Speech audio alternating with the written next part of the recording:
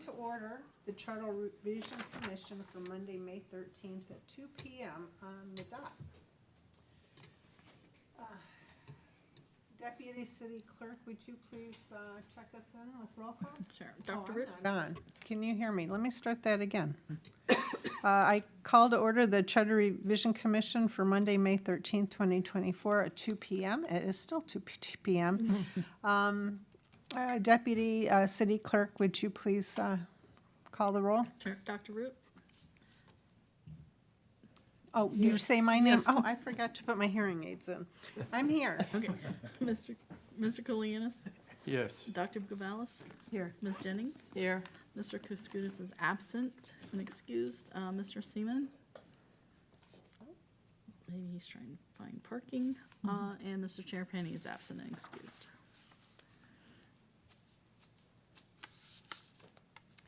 Thank you very much.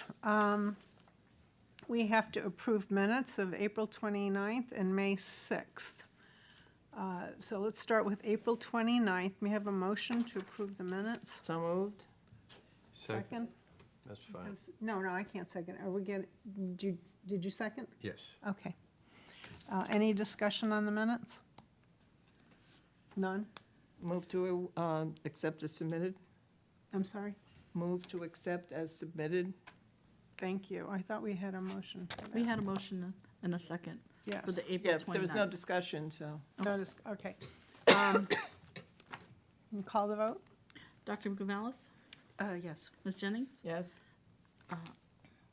Mr. Kolianis? Yes. Dr. Root? Yes.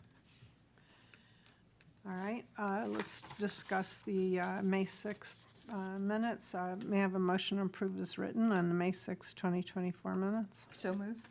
Second. Any discussion? No. All right, call the vote, please. Dr. Gavalis? Yes. Ms. Jennings? Yes. Mr. Kolianis? Yes. Dr. Root? Yes. All right, there's the paperwork. We're done with that. And so I'd like to thank Commissioner Kulias and Commissioner DiNodato for coming today to speak to us. May I ask Commissioner Kulias to take the podium and share with us his thoughts on this charter.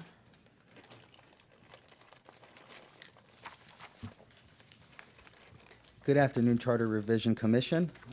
First, I want to thank each and every individual member who's been appointed to the Charter Revision Commission and to spend your time weekly to come in to look over items that may be a concern for the charter and the well-being of Tarpon Springs. And I did write some notes down on some of your concerns we have or that you all discussed at prior meetings, and we could go over them after. I'll do a short presentation, and I do have some opinions on direction or my thoughts about them. Now, we have to try to understand our goals, and our goals is when we're trying to possibly write out a referendum for the residents to decide is to fit it within those 15 words for the title and also those 75 words for the description. And sometimes that can be a challenge. There was a charter revision question not too long ago that was pertaining to residency, and I don't believe it passed. And so you have a hard time as well as trying to put it together and to have the board finally approve it so it can come at the March 11th meeting or the March 11th election. I wanted to go over, and residency is something that you all talked about at prior meetings, and I'm interested as well. I know as a private citizen, I was very vocal in maintaining that the department heads do live inside town, but being on the other side now and being able to see the difficulties in trying to get good staff to fill important positions, I would like to see how this board may want to come up with residency. We've heard from the last meeting if it could be a possible certain amount of miles within the boundary, outside the boundaries of Tarpon Springs. But I'll leave it up for how this commission would like to look at it and talk about the discussion. Do you have an opinion about it? I know I want qualified people living in, or working for the city, and I don't want them to be 5-6 miles away and not be able to work for the city because of those circumstances in our charter. But I am interested in making sure we do have the proper titles for department heads and moving forward. There are 2 positions inside with the department heads that, one is that, if I can find it for a moment.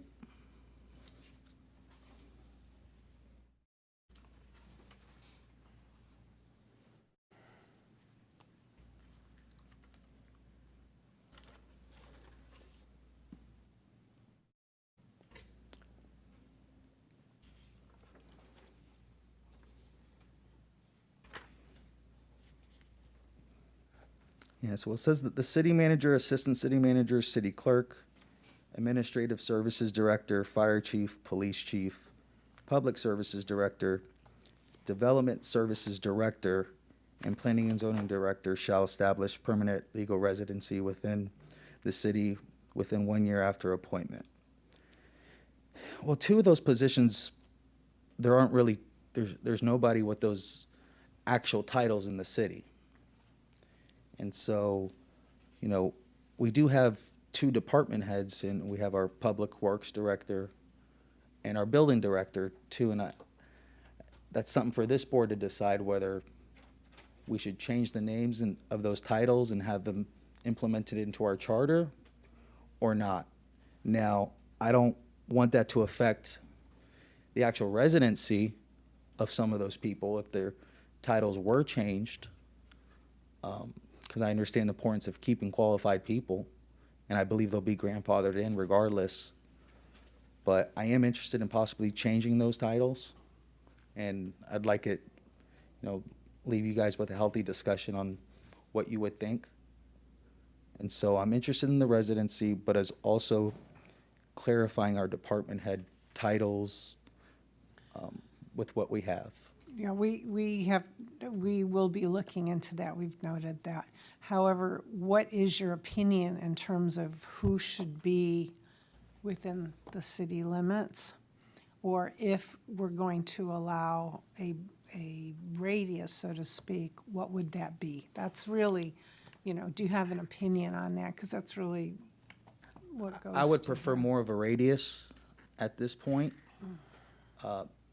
The actual numbers, I can't give or take or give an actual number right now. I'm curious to see if there are any employees or department heads that are living with they're going to be grandfathered in anyways, the way I believe it's going to happen. And so I don't know what a good number is. Is it 10 miles? Is it 15 miles? You know, radius, that's something for this board to decide, because traveling 30 years ago, someone would think going to Palm Harbor is a distance. But nowadays, you're there in less than 5-6 minutes. So just something for the charter revision to consider. And then which positions are critical to meet that location requirement? Well, I think there's really a majority of them are already listed, and I believe they're all living inside the city. But my 2 are the development services director and it would be the public works director. The titles wise, those are the ones I'm interested in looking at. Also, I'm interested in looking at the Civil Service Board. Okay. And that is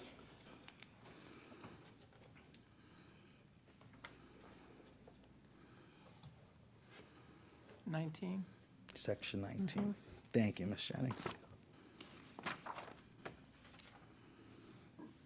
And so, from what I understand, the board hasn't been a board in quite some time. There may be there has to be cases in which a board needs to review the issues. And so I'd like this committee to decide decide, are there any alternatives to this? I don't necessarily want to remove it because we don't have one right now. But when I look back on Section 8, Item J, for the Board of Commissioners and our duties and responsibilities, it talks about creating, alter, or abolishing boards, commissions, and committees.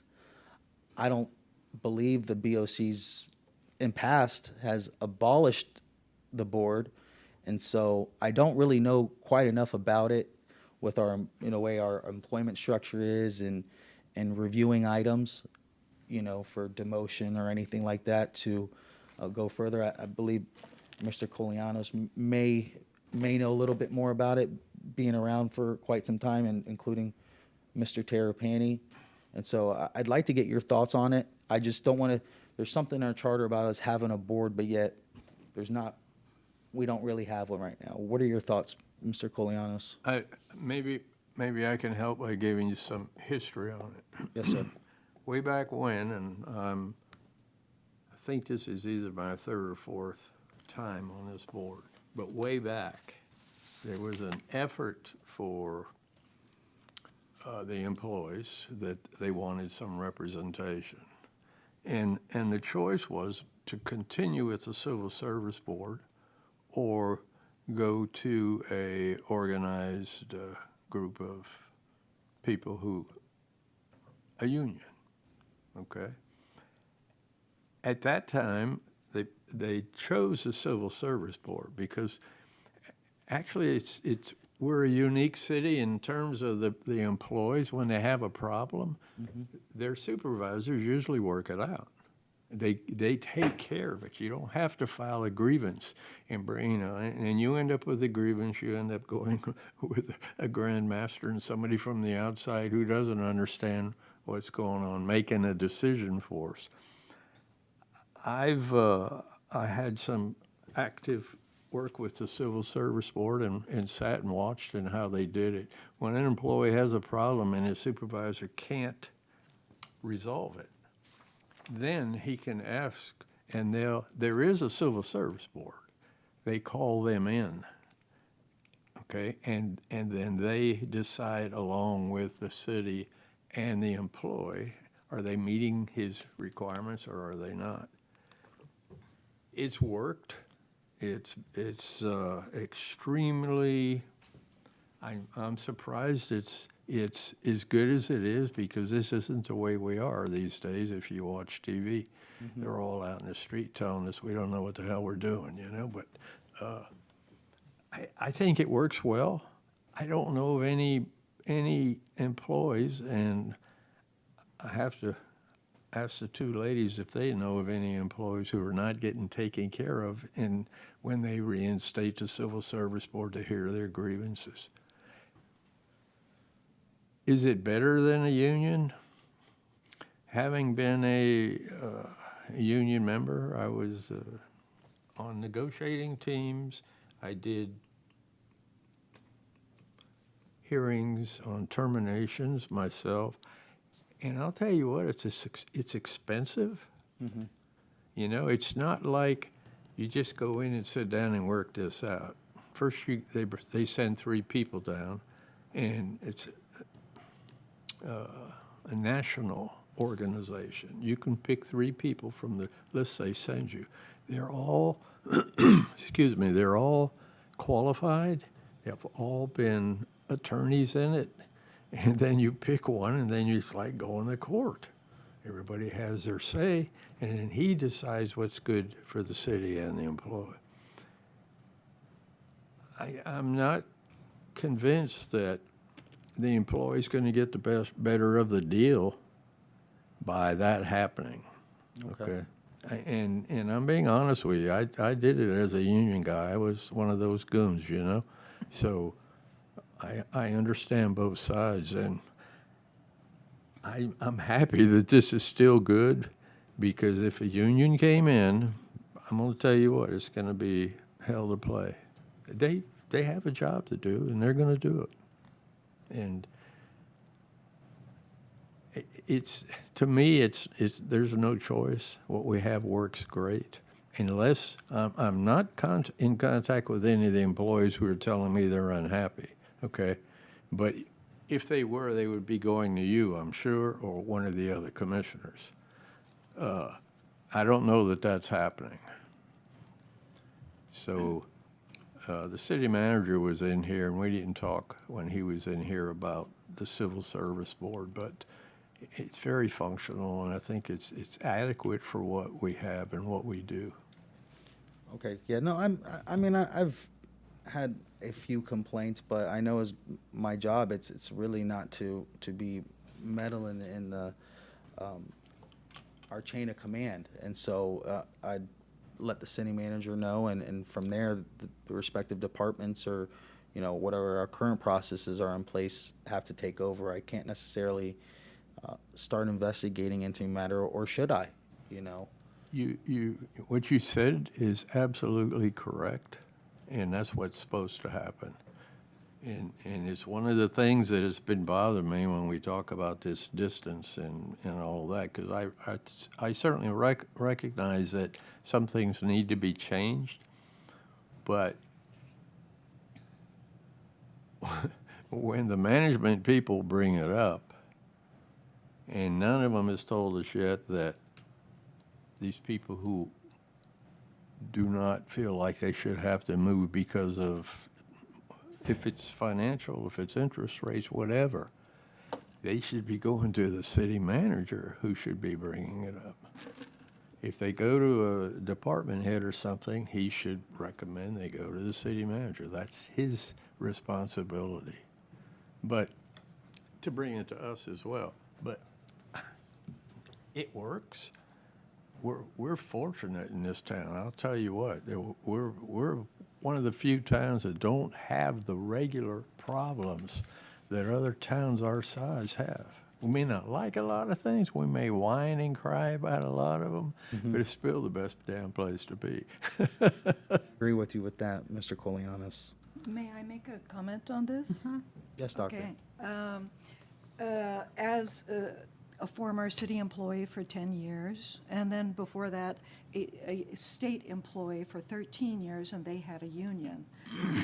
I do know, in fact, of cases in which here there were problems with an employee directly with the supervisor, so the supervisor wasn't going to handle it. And I know for sure that they didn't know about the Civil Services Board. Maybe they had been told initially or something, but during this whole thing that was never brought up to them, I would like to see something. I don't care if it's a Civil Service Board or a union, but there should be something, and the employees should know that that is a possibility when they do have problems, because it's not, in fact, widely known by all the employees. Okay. Anyone else have any thoughts on this at all? Just for the record, it's important to know that if the employees want to bring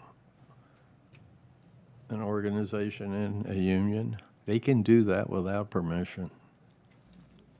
It's up to them. They get together when they have a majority of the employees that want to do that. They're allowed to do that by law. They can't stop them. It's up to them.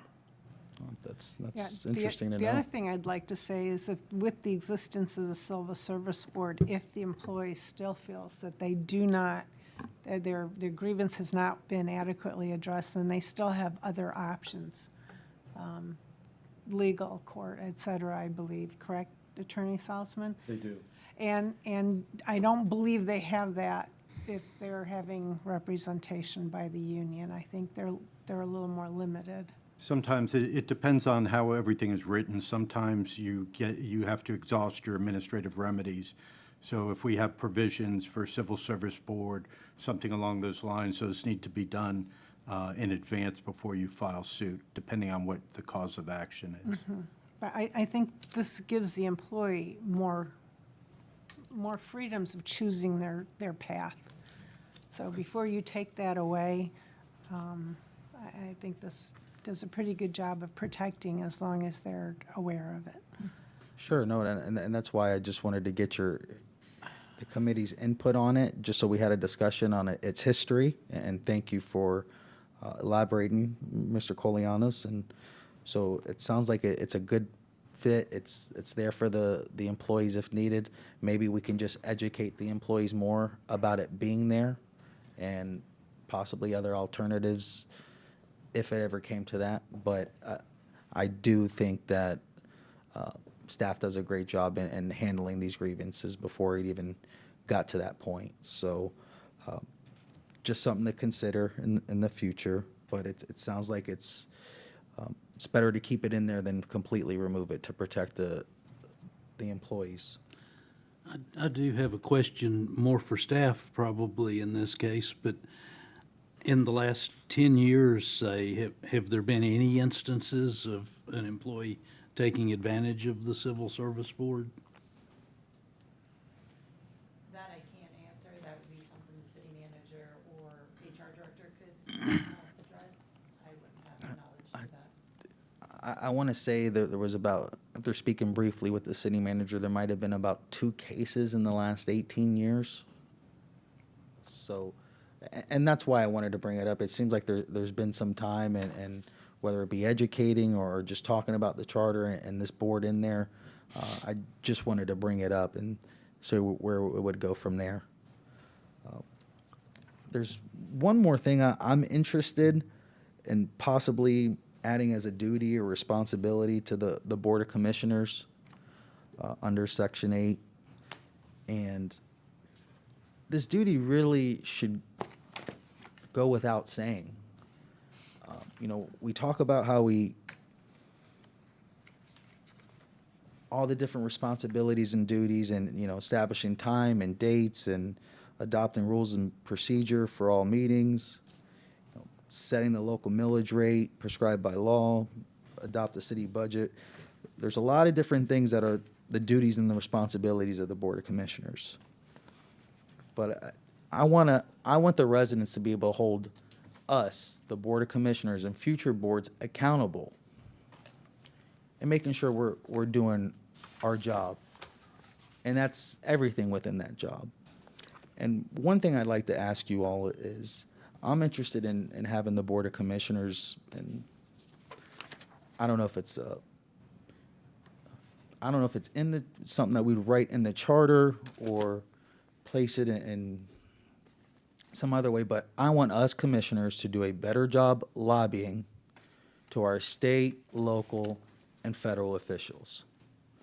Because if we're not doing a good job lobbying to get these funds for grants, for bills during when, you know, our federal and state reps are going into their bill writing, if we're not communicating with them, we're losing the leverage that we were elected to do. And so I see it as, and I see it where our staff, we have our grant writer, we have our department heads, they help work in submitting applications to the other officials and stuff and trying to get grant opportunities or funding. But I don't see us as commissioners involved as much as we should be, you know? So I'm interested in having some type of record of written communication annually that shows that we as commissioners are doing our job to lobby for projects and lobby for funding for our city. And so, Are you suggesting that every commissioner go forward on their own initiative to contact these state and federal officials? I mean, is that what you're asking? well, I'm asking in a sense that we do a better job in communicating that, yeah, we are, I should be reaching out to State Rep Adam Anderson a lot. Same thing with Congresswoman Anna Paulina Luna or Congressman Bill Arakis. And whether it be set up individual meetings, one of us commissioners have to be there, be involved. I feel like if we're not involved during this process when the city and the staff are applying for it, I think we could get overlooked. You know, we need to be there as a solidifying effort to be the backbone and helping create funding opportunities for projects. So Attorney Salzman, is there anything in the Florida Statute Chapter 112, Part 3, that talks about elected officials lobbying? I don't believe there's, not while they're active commissioners. Okay, Depending on what kind of lobbying you're talking about. If they're lobbying on behalf of the city, I don't think that's a problem. okay, well, that's good. Oh, I'm sorry. I'll double check while we're talking. Yeah, no, I'm just wondering. I'm triggering on that word lobbying because sometimes that can get you in trouble. and that might, There is prohibitions of lobbying after you're in office, those kind of situations, after your term is ended. But I don't believe there's a prohibition, especially as the commissioner is talking about, because that's bringing things into the city.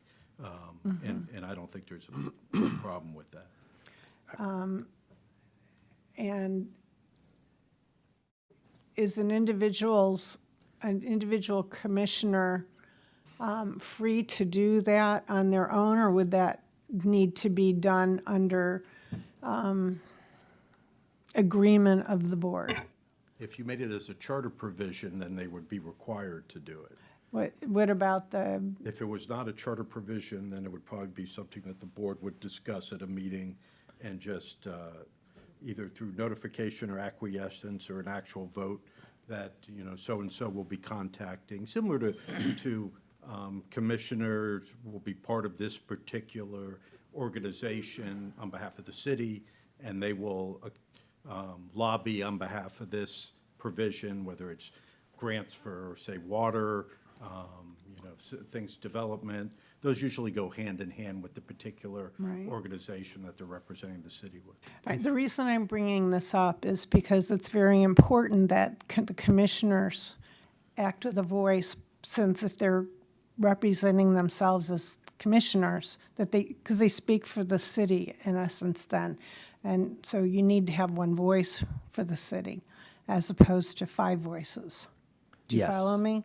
And that's why it's important to understand that that needs to go out as a board decision, that would be an activity that was done. Are you suggesting that, because you had said individuals, I'm just trying to understand, what your concept of that is, because, even writing a letter to Pinellas County board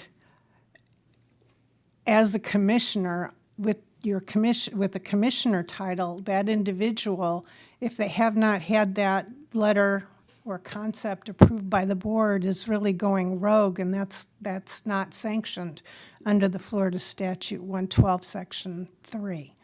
I don't know if you know that or not. well, we're not talking about doing anything rogue. And so what I will break down to you is I did have a talk with staff of one of the state representatives. Okay, and basically I said, when are we supposed to be submitting projects? And how do we go about doing this? Because I want to get funding to our city. Well, and they had mentioned that, your staff will reach out to us too at times, and they give us a list of 4 or 5 projects. They try to go over them in detail to create funding. Well, we either need to have the board appoint someone to help go to these meetings, or we all individually have a right to meet with our state representatives and go over the list of projects that Project Admin has listed out. It's not any one individual says, any commissioner says, oh, I want this project before that. It's the board, it's the staff that comes together, has these projects, and lists them in their priorities. And it's up to the state rep to see what they're going to try to put in the bill. And so I just don't want us to be doing the bare minimum commissioners. I mean, we can all sit here and just see agenda items come in front of us and vote and just show up when we need to and be done. But we're supposed to be going out and try to create funding and create good relationships with all these state, local, and federal officials. The city kind of does that now, not in terms Sure. of with the state.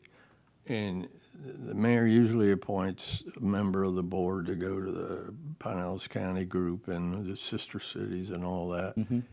But it would be just as, and we may need to give this a lot of discussion because we're not getting a lot of state money. We're not getting a lot of federal money. And we have a lot of things out there we both know that have to be done that we don't have the money for. So I think it's a great idea. If a commissioner notified that person in the state, like the FWC, everybody in Pinellas and Pasco County voted against not having a no-wake zone, okay? And the state said, no, we're gonna leave it where it's at. They didn't care what we said, but we didn't have anybody up there talking to them either. And what you're saying is probably right. How we do it, do we put it in here and say that the mayor can choose? The hard problem is that a lot of the commissioners have a full-time employment. Yeah, and they can't just go to Tallahassee on a whim and miss a day of work or keep their boss happy and all of that. That would have to be worked out. It'd have to be figured out. Yeah, and how it's the that works. coordination I'm concerned with, that, you know, it needs to be a voice of the city as opposed to a voice of an individual. Sure, You can be, sure. the city can be represented by an individual, but it needs to be the voice of the city. Yeah, it would need to say something like at the direction of the full commission or something like that. But the lobbying is definitely an important function to bring in those dollars. Well, You know, I and think the that- one thing that bothered me was the word mandatory. I don't see how you could make it mandatory, because first and foremost, the Board of Commissioners is a legislative body. And the, you know, requiring something like this from a commissioner, I think, is over and above. Plus, in today's, you know, climate, you know, you just can't be taking pot shots at grants. You know, you're gonna have to go in with some kind of knowledge or expertise that you can only get from somebody outside. You know, if you have a grant writer, you know, that's familiar with, you know, environmental, with something that you could apply to SwiftMud for, you know, let's say, or something that you could apply to, you know, I have a friend that's strewing money from the Department of Agriculture. You know, you could put in a grant for preserving sponging techniques, historic sponging techniques, and probably get some money. So there's a lot of things out there, but, you know, you need to, dare I say it, spread your tentacles, not reconcentrate them back to the Board of Commissioners. And I agree with everybody else that it has to be a united voice. And I think you may have slightly misinterpreted what Carrie meant about going rogue. You know, I think if you do approach a granting source or somebody, an agency, whatever, that's capable of writing checks, you know, it has to come from the city. It can't come from one commissioner. And And I don't mean it to necessarily come from one commissioner. I'm just making sure that there is representation from an elected official and not just city staff. And well, I think it should be both. I mean, I agree. mean, look at all the other departments that bring their expertise to the city. All right? You guys can't, you know, decide all of these planning and zoning issues. Right? You have a planning and zoning department that makes presentations to the Board of Commissioners. They study it in the department and they make recommendations to you. And it's the same with grant funding. If you've got a grant funder, you know, grant writer, there should be somebody that's going out there, you know, there are directories, there are all kinds of online resources for determining where grant funding's available. Have the grant writer do that, make a prepare some kind of report and bring it to the Board of Commissioners. Then one person from the BOC could be appointed to spearhead that particular effort. But otherwise, it's too scattered, it's too, hotshot. I think you were interpreting as it being pot shot, but as I explained it to you, there was already information in which city staff has 4 or 5 projects that are in high demand. They already have not one individual commissioner is just going to go out of their way and say, hey, let's have a meeting, and I'm just going to talk about 4 or 5 issues to get funding for without any backup. I would hope those commissioners have city staff with them to help educate them and help them through that meeting. But I just don't want city staff to get overlooked because we as commissioners aren't going above and beyond to make sure we get that funding as needed for grants or put in bills. We can't just do the bare minimum. And whether I believe it should be a group where either the board's going to decide or not one individual go. No, but staff is going to be part of it the whole time. They always are when it comes to grant The way you opportunities. presented it, it didn't sound like it. Well, like I said, I was going to put it out there and we can help come together on a decision to frame it right, you know? I have another idea. Yes, sir. And, whatever we do is going to take some money, okay? Perhaps this is a good time that when the budget comes up, we should put money in there to be able to hire Full-time. somebody to get it. And at that point, the mayor possibly could appoint a board member who has a lot of time or medium amount of time to keep up with it and bring it back to the board. But you're not, and I admire the fact that you want to go and try to talk them into it, but you can't be up there every day, and when you go, you're going to be in a line. Sure. It takes the real pros to get money, but that doesn't mean the board can't direct that. That's the only way it can be directed. Well, it's And there are professionals that do this, that the city could choose to engage, that are there. They know these individuals. They know the process for getting money. They know the process for, starting to seed the pond, so to speak, to get a grant opportunity established. I mean, there's a whole process within the state government, just like the federal government, to make that happen. And I don't see that the commissioners in their capacity coming in really have the reach and the knowledge to do that effectively. So to require them to do that is, I think, way outside the bounds of what their jobs are. I mean, it might be something you want to see because you have a heart and you want to see Tarpon Springs getting more funding, and I agree with that. It would be wonderful. But I'm kind of siding with Jim, and that is, it's probably a budget situation where, that needs to be tackled by having the appropriate individuals in place within the city and in support of the city to make that happen. That's a good point you brought that up because Attorney Kardash had mentioned at a prior meeting that, she thinks the city should have a full-time lobbyist. Yeah, no, I You mean, know? that's a lobbyist understands the who, the what, the how, and, can make that happen. And you want someone who's been there and is in that process, as opposed to, people who turn over every 3 to 6 years trying to make those connections and inroads. Somebody who could jump the line. Yeah. Well, I think We're there not still jumping any has, lines right now. there has to be some push from within, and that's the Board of Commissioners. So since you brought this up, is there a way you could figure out how much would it cost the city of Tarpon Springs to have somebody when we need them? Okay?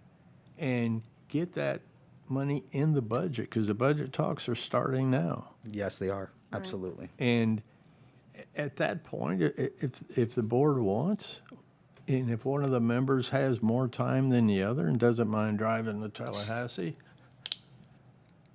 they could keep up with it. You could make friends up there. That's how the other guys that we pay or are talking about paying, that's how they get. they make friends. They take them out to eat. They get to meet their family, you know, the whole thing. Or It's they've been in that position yes. and have retired out of it, but have the connections. The and- connections are yeah, there. It's the connections But that you have. your idea is good. Well, and a lobbyist would know and could help, ask for help from commission members when it would be most effective also. Yes. To show up, absolutely. I just want, what I'm trying to get at is to make sure that we're communicating as, you know, if I'm not going to see Adam Anderson at his, whether it be Tallahassee or his office here, or same with Congresswomen, and, you know, we're not trying to push initiatives to help the city that's already prioritized by our city staff and budgets and capital improvement projects, then I don't think we're doing the bare minimum. And so that's why I think it's important for us to have that communication with them. And so, What you asked for in your memo to Irene was, can the board, feels like this board could give you some direction and oh, yeah. all of that. And that email okay? says it. Help me articulate what we're trying to get at, because I'm trying to And group it that's together. I think that's exactly what we've done, because it kind of woke everybody up here that, yeah, it's a good idea, but you guys aren't really going to be able to do it if you have a job. And- Sure. But hiring somebody, and I said it the other night the other day when we were here, is that the city budget is not minute anymore. No. So there's got to be some money in there somewhere where we could hire somebody to help us get the grants that we need.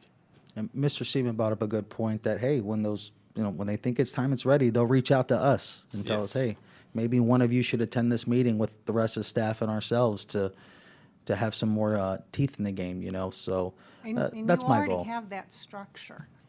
You have that structure within the charter and within the Board of Commissioners organizations, you know.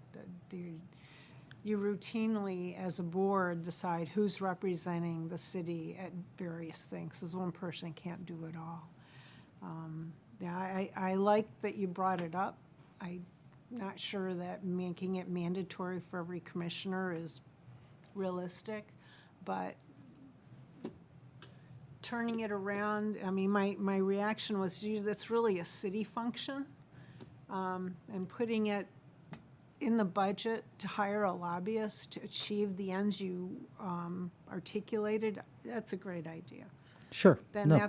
I think that's your best way on achieving your dream and, you know, benefiting the taxpayers of the city, while also recognizing that, you know, your board has limited resources in terms of time. So, anyway. Well, One other way possibly that we could help you is that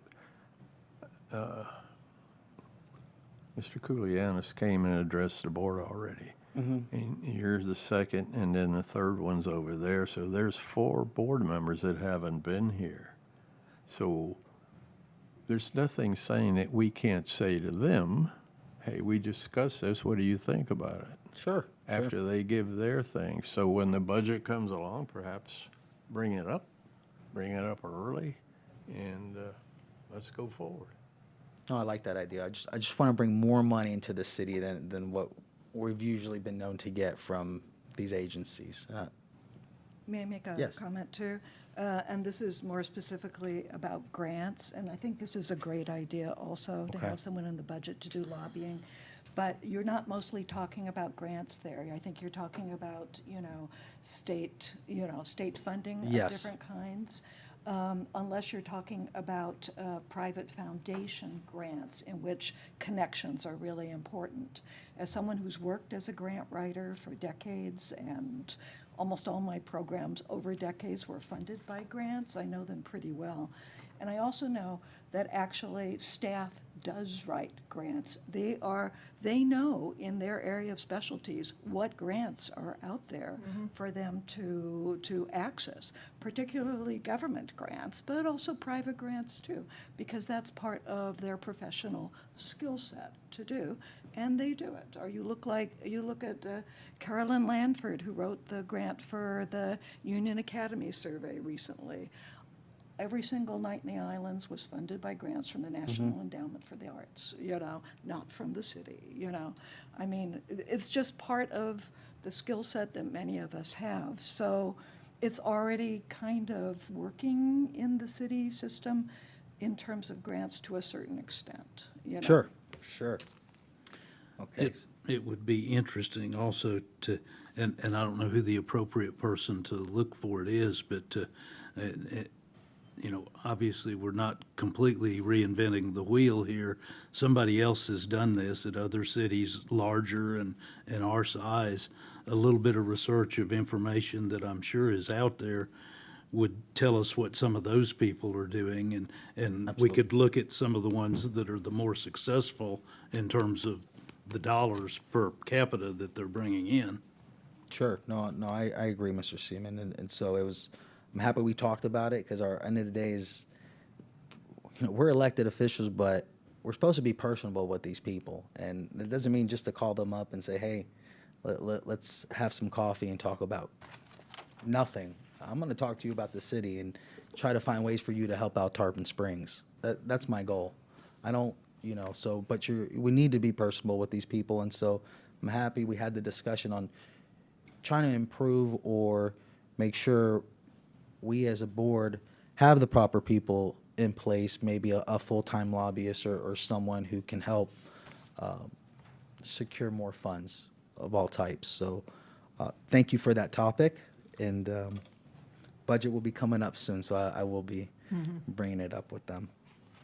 As far as, those were really, we talked about the Civil Service Board, residency within a certain amount of miles from the city limits, also the proper titles for a couple department heads, or having them listed in the charter, and the potential lobbying, or trying to have the city have the proper people in place for more funding.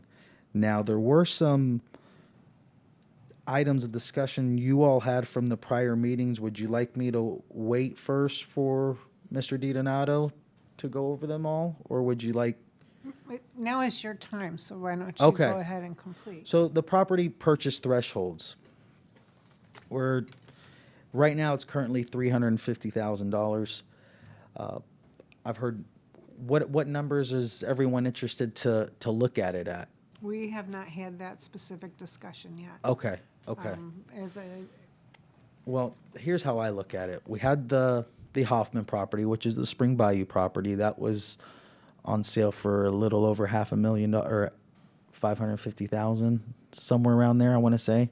was 600 and, It wasn't more, okay. We also had the Ross property, which is over in, by Florida Avenue. That was close to 700,000, I believe, in purchases. I just can't, I'm sorry if my it's number's okay. off a little We bit. actually have a summary. But it was more than the 350. It was more than the 350, I know. And then we just had those 3 properties down at the Sponge Docks that were sold for 1.7 million. And from what I see, when you leave it to the residents and you either talk about stormwater or community involvement or many other aspects, it seems like the voters are going to go for it. It seems like they're going to support the issue when it comes to a property purchase in town. So I don't necessarily have a threshold I'm interested in. I believe if it comes to the referendum for the voters, they're more than likely going to approve it. So I guess the goal is to make that number, I guess, higher enough to city staff can operate a little bit more without having to reach out to the residents through referendum. I don't have an exact number, but like I said, whatever number decides this board to come up with, or the BOC, that'll come up. But I've seen, and we've seen over these 4 or 5 years, when it comes to referendum and purchasing property, the residents more than likely support it. You can just look at the numbers. So it's ultimately finding a threshold in which you think it's comfortable enough for staff to maneuver for properties that are in the best interest of best interest of the city. But I do think it shouldn't be too high in which we can just purchase anything we want without the voters approving. We've seen the voters approve from many different properties, different numbers, and so I'd still would like them to have a big factor in making those decisions. If the number increases a little bit, that's okay, but I don't want to be too big of an increase. And those are my thoughts on the purchase power and limits for that. So you're saying you support an increase, a limited increase. Now, Very limited increase, so yeah. is that $500,000? Is that $1 million? I would probably say 400,000, 4.25. Up 50,000, 75,000, okay. Because right now it's at 350. I don't want to increase too much more. I understand there's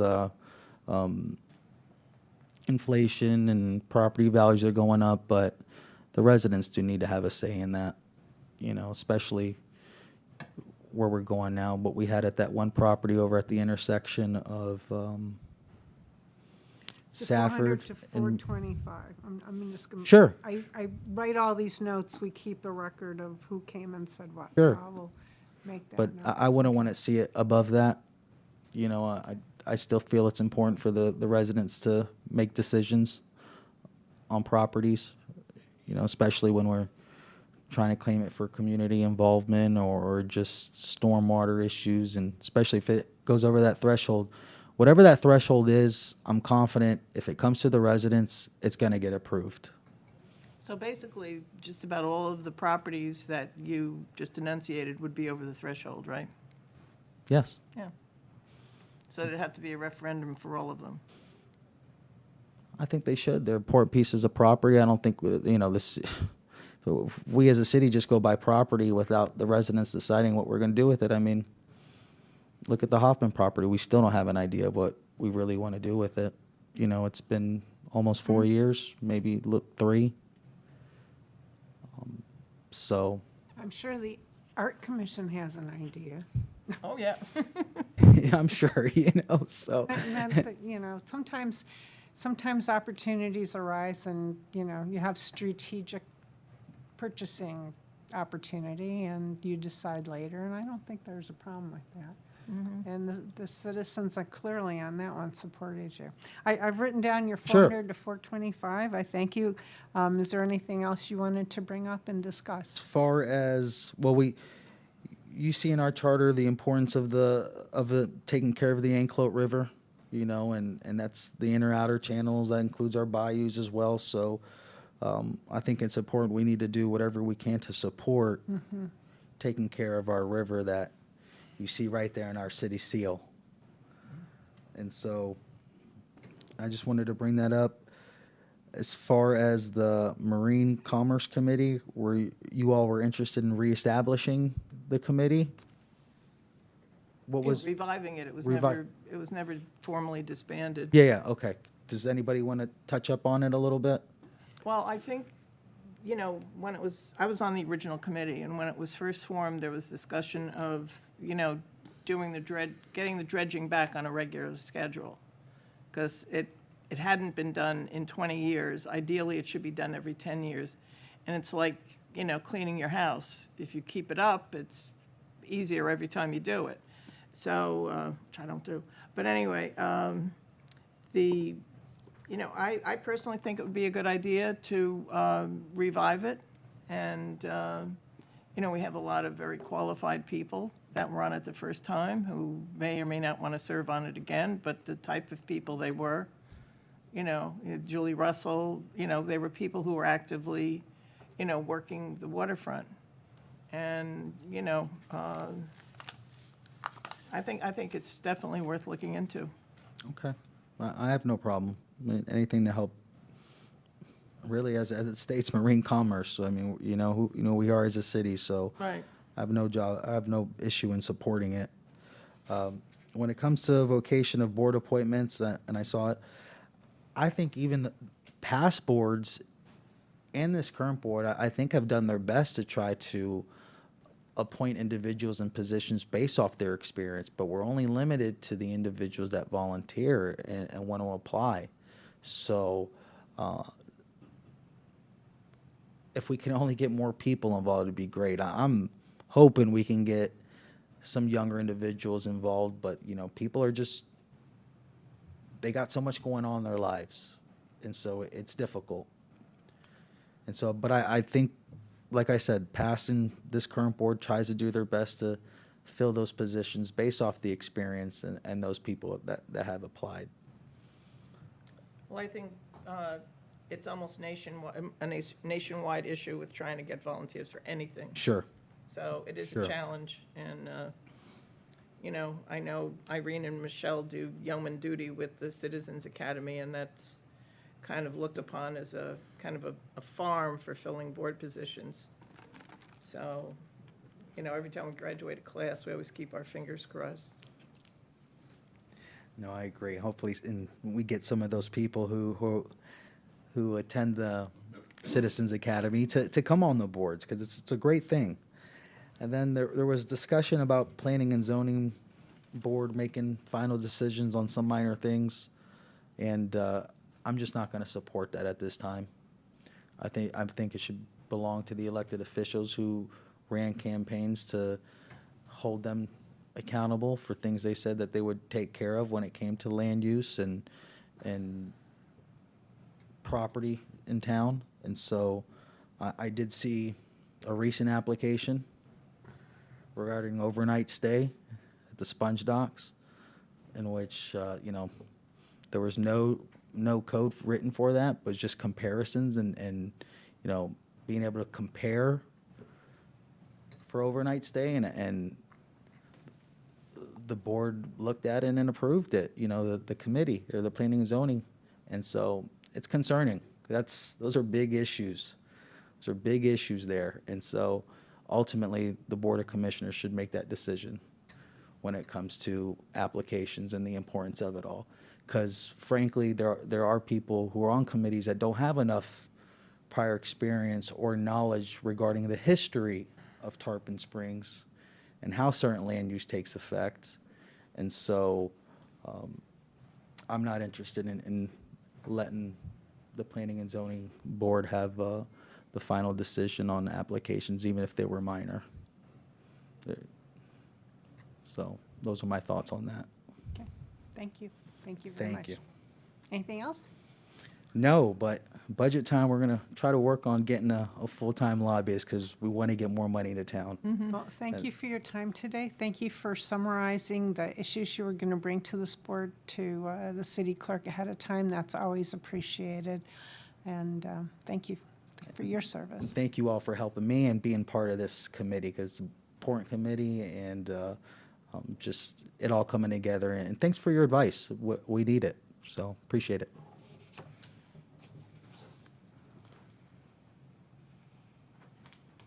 Next up, Commissioner DiNodato. Welcome to our commission, and please share Well, your thoughts. First of all, let me thank each and every one of you to be up here and give of your time, as well as the staff that's here representing the city. I have had the privilege of being on your committee, I think, 3 different times, once with Jim. I know the importance of it. It's only done every 5 years, as you know. Sometimes wonder about more frequency, and then sometimes I wonder that maybe we should look at less, but it's all relative. I think that the charter that's our guide. That's what we follow. And I think we have to be very, very careful with what we put in there and or take out. Fortunately, we haven't taken out much. That's the point. It's very hard to take something out down the road that's in the charter once it's there. I think our attorney would certainly echo that. So I caution what we put in. We have other means, ordinances and whatnot that are more living with the day and the time and can be changed. But changing charters are very difficult. So I just wanted to put that out there. As far as some of the items that you've talked about previously, as far as property value, I do feel that should be increased. Having been on the committee at least 3 different times, we changed it every single time I was on it because inflation, as we all know, grows. Now, another reason that no one talks about, it cost a lot to put something before the voters today. When I first started, it was relatively cheap. But an election now, if we had an election, we needed to get it for reasons that the property owner has a chance to sell it to us and or someone else. And that's happened more than once. In fact, it's happening right now. And I'll talk about that in a minute. But it now costs roughly what? If we were to go on referendum by ourselves, what would it cost? $45,000. That's at least 3 times what it was before. If we join an already existing, what does that cost? It depends on if it's a 1 or 2 ballot card. I'd say anywhere from 4,000 to 8,000. So, pretty big difference. So that's why we always try to piggyback, as all of you know, with the elections that are coming up with the county, because it's gotten so expensive to do it by yourself. So I would like to see a little more leeway in the purchase. We've got one coming up right now that we're already talking about, and that's the purchase of the Stamus property for the dredging material. And I would echo that we need to make sure this happens every 10 years, at least. And we need our own property to do it with. We spend several $100,000 over the years, maybe even over $1 million now. I don't have the total number. We could get it, but I don't think the staff needs to take time doing that. The point is, it costs to lease that property in the hundreds of thousands. And yeah, John, you're right. It was 20 years ago. Right. But the point is, it needs to be done more often, and land is not going to get cheaper. It's not, in fact, we're almost at a point now where we aren't even going to be able to find a property size enough in this area. Right. So I don't think we can wait on that. Now, that's going to cost more than what I feel that the purchase should be raised to as far as the charter is concerned. But that's just one example that I think we need to look at. As far as the duties of the commission, I would like the first one to be, and I know we can't do it, but if we can all agree to disagree, and this is pertinent to what Commissioner Kulyas was talking about. As I see it, our job as commissioners are to try to work together. Are we always going to do that? No, because we're 5 different individuals. But we, being up there and hearing all that goes on, have a pretty good handle on what the people want. And if we don't, he's right, we aren't doing our jobs. But we need to get things done and set a direction for the administration, to set direction for grant writing, to set direction for other goals. We must first come together ourselves. I don't think you can legislate that in the charter, but I've long said that we need to agree to disagree, and then we need to go find some solutions. And I know you can't legislate that, but when we're all on the same page talking about what we want, like Commissioner Kulyas brought out some good points, let's talk about those. Let's decide. Let's develop a policy and ask the staff to fulfill that or find a way. That's the way it's supposed to work, yes. What do you see right now as limiting your ability to do that on the commission? Well, this is all public record. I can't tell you everything that I feel right now. Is this the elephant in the room? It's just working together. Okay. It's just working together. And I think the city manager and staff, as I have found over the years, are always more than willing to bust their buns to try and get that done. Once they're given that direction. That's where we need to refine what we do. I don't expect everybody to agree.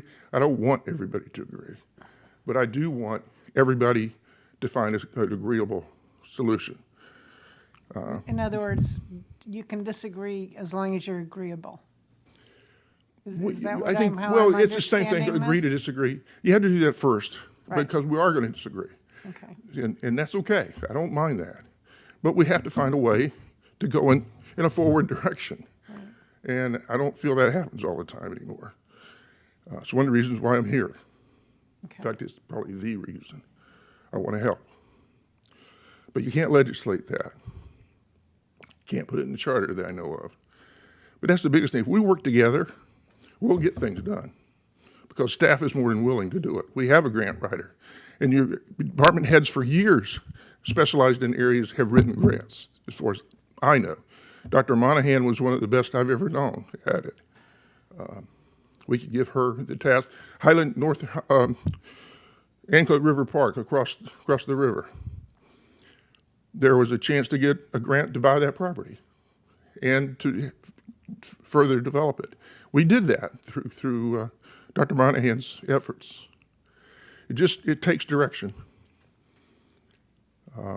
See, any other questions you may have of me? My biggest thing, I just wanted to communicate and commend you. I don't think I should be here telling you what to do. You've already hit on some of the issues. Well, we really appreciate your insights. I mean, you've been involved in city government a very long time. You're an integral part of the city of Tarpon Springs. And so your insights are important, and they help our process. So I would disagree with your comment. I'm going to disagree agreeably that I think it's important that you're here telling us what you think will improve the charter for the city of Tarpon Springs. And I understand, you know, your caution about putting too much in it or anything in it. But hearing your ideas, your observations is very important for this board. So I thank you for being here. Well, I couldn't be here if I didn't tell the truth, and I have to tell the truth first by saying if we get together, we'll get things done. If we don't, then we'll just spin our wheels. Point blank, that's number one. It should be number one with each individual commissioner up there. But again, you can't legislate that. So let's see. That's really it. I want us to stay on top of the dredging. I've talked to the city manager and the mayor before I was even reappointed to this office that we got the city engineers going. Now let's keep it going. And that may take some lobbying and some letter writing and whatnot. Speaking of lobbying, I want to see an assistant city manager or a public administration director, one or the other. I don't care about the title. But the point is that I have lobbied for the city with usually the city manager. We went to Tallahassee. We went to Atlanta one time for a big developer that eventually bought the Publix Plaza. We sat down with them and said, what can we do to help you to get this going? And they were very receptive. They were very happy. I've been up to Washington, D.C. representing this city. So lobbying can indeed be done. I wouldn't mind having a professional, but I think it's going to have to be a contractor or subbed out because I don't think that there's full-time work for that. Our budget process is like 3 or 4 months, 5 months maybe, as far as public part of it. So I don't see that there's a lot there. But again, using our department heads and our grant writer and a direction from the commission to staff, that's the way, then we know what we want to go lobby for, rather than sending someone up there and not knowing. Yeah, should we watch some of the laws? Well, the Florida League of Cities does that for us fairly well. The county does that reasonably well. They let us know anything that's detrimental.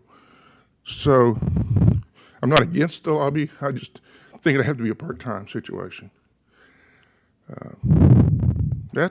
I don't really have a lot to offer. I think you're going in the right direction.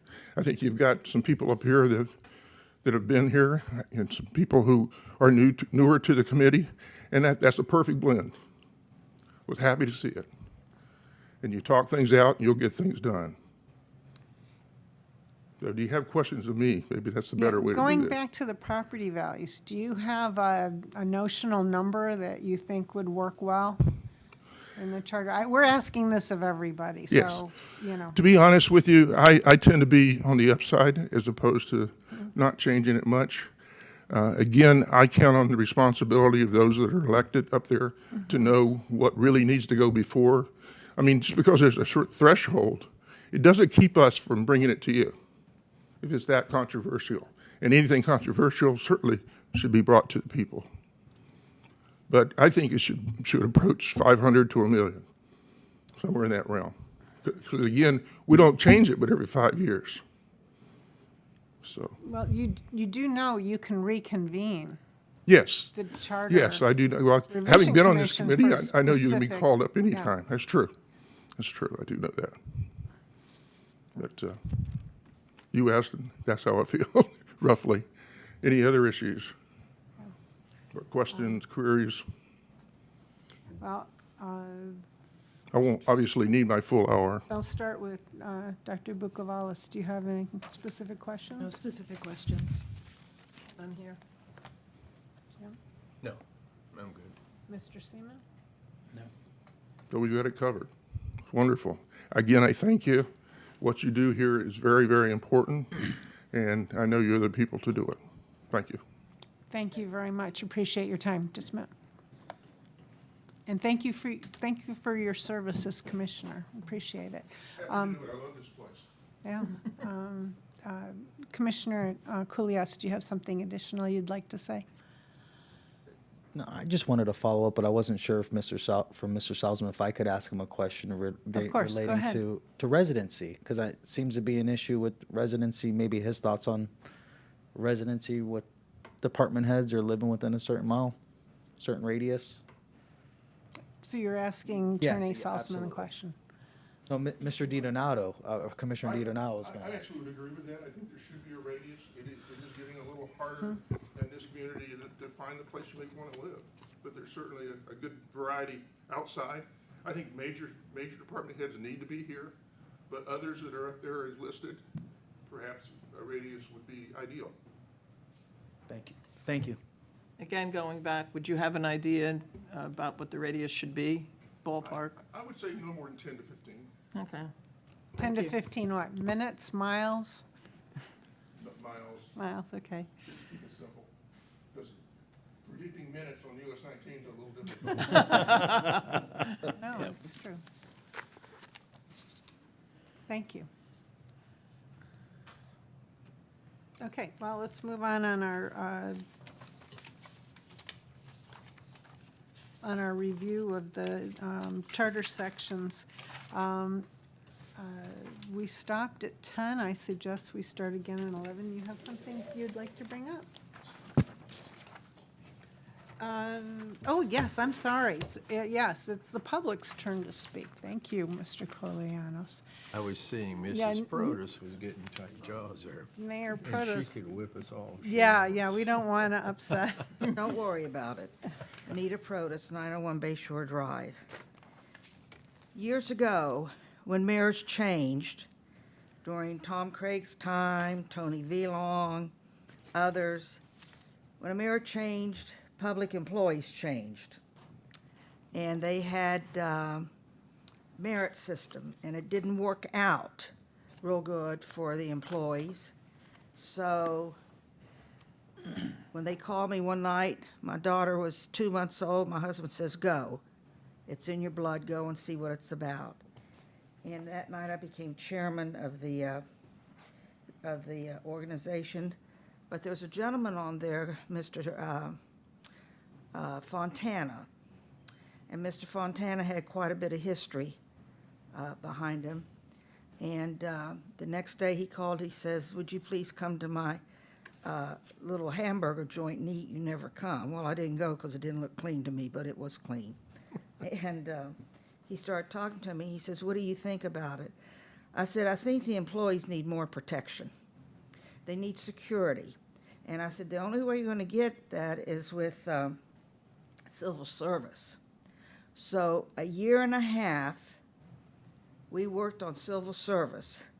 4 times George Protus drove us up to Tallahassee to have them look at it, their lawyers look at it, the ones in the Department of Civil Service work, and we came back.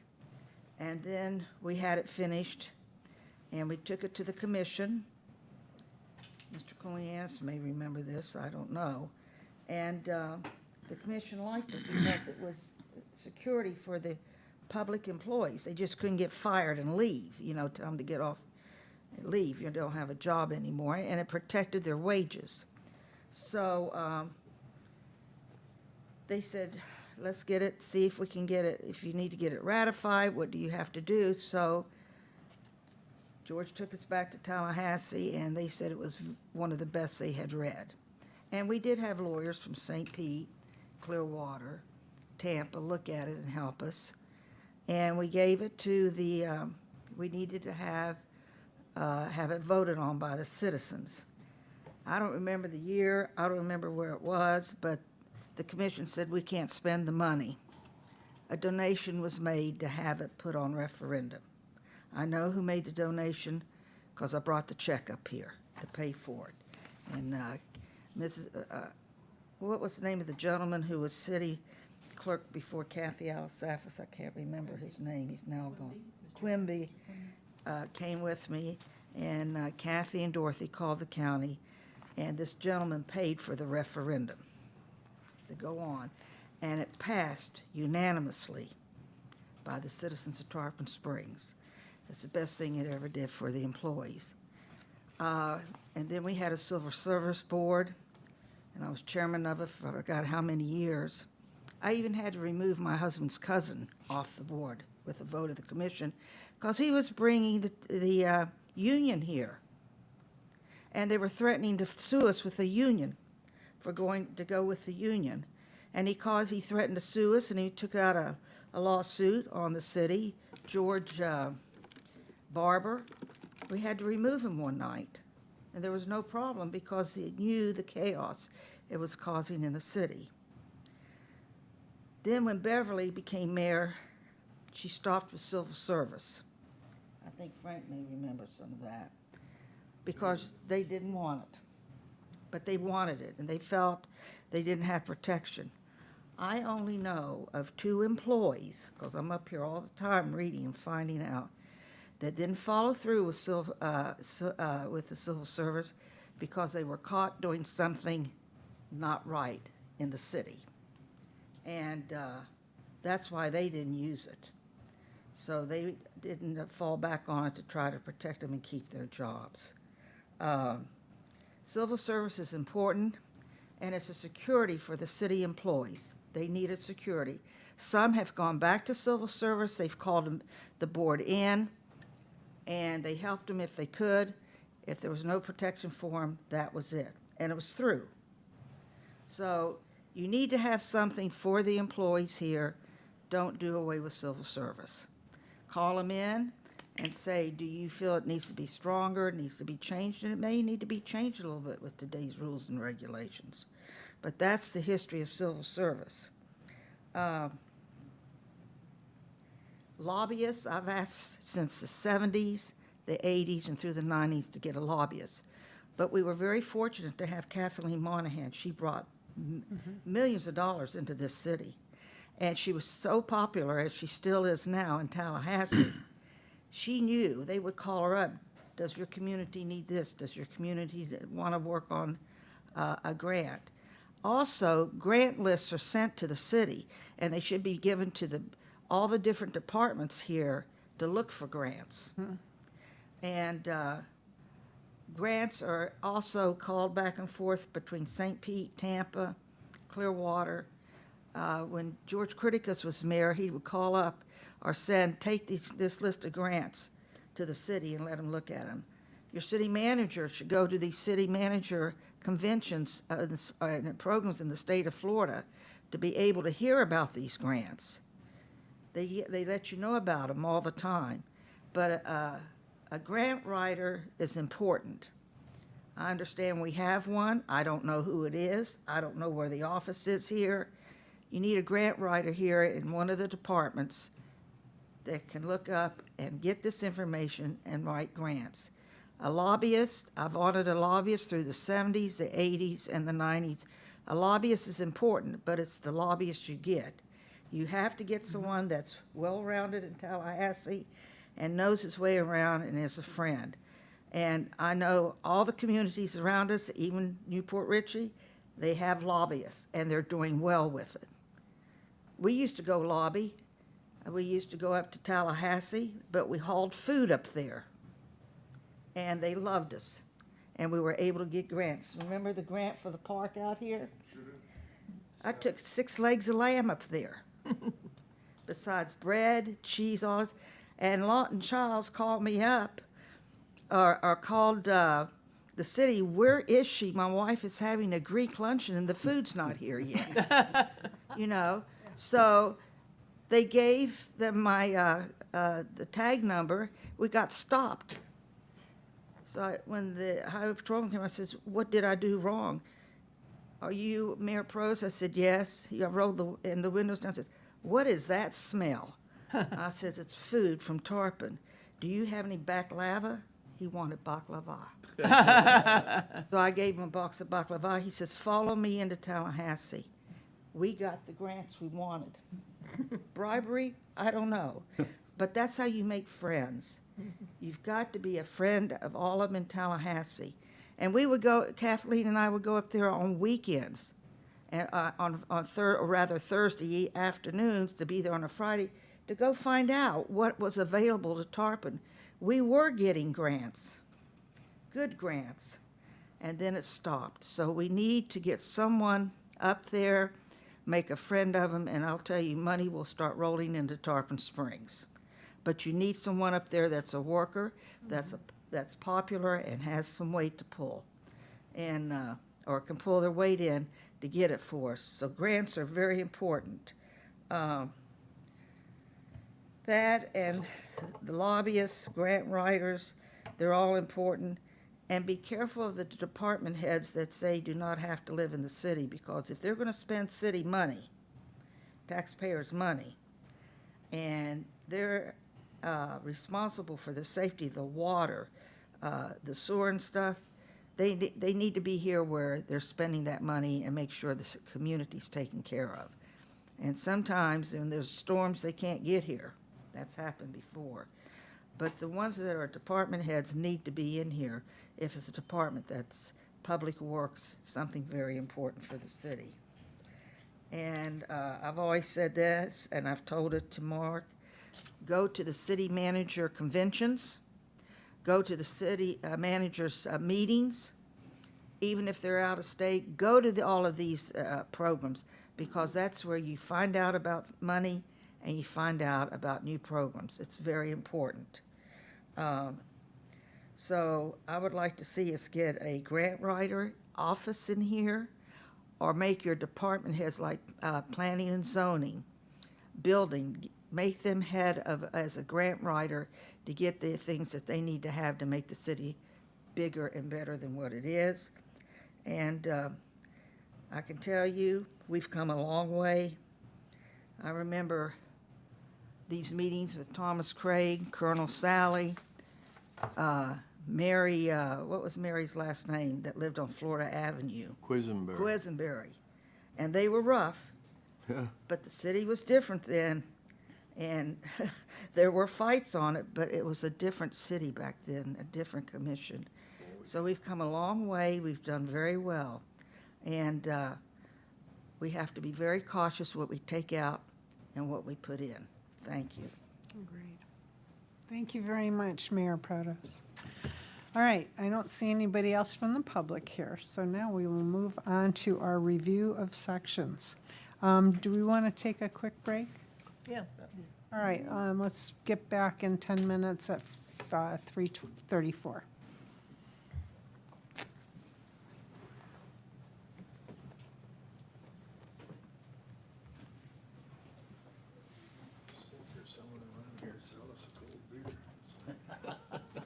Harry, can we revisit a section? That's a great idea. We should put that in the charter. Absolutely can. His desks. Are we going to have like discussion of everything at the end? So I'd like to continue blasting through so we're all Okay, familiar. right. And Then maybe I can bring it back later. And then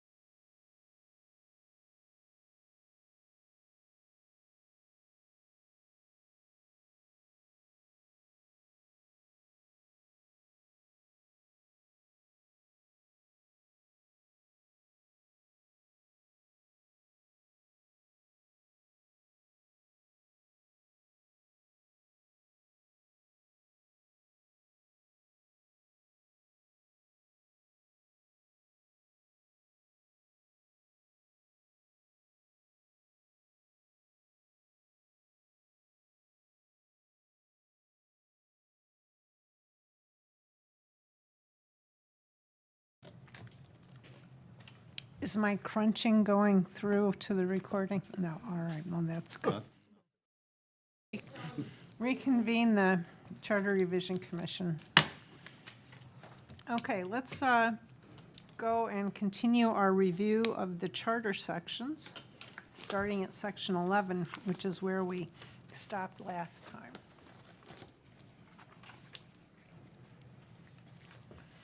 All right, so this is about terms of office, qualifications, and date of annual election.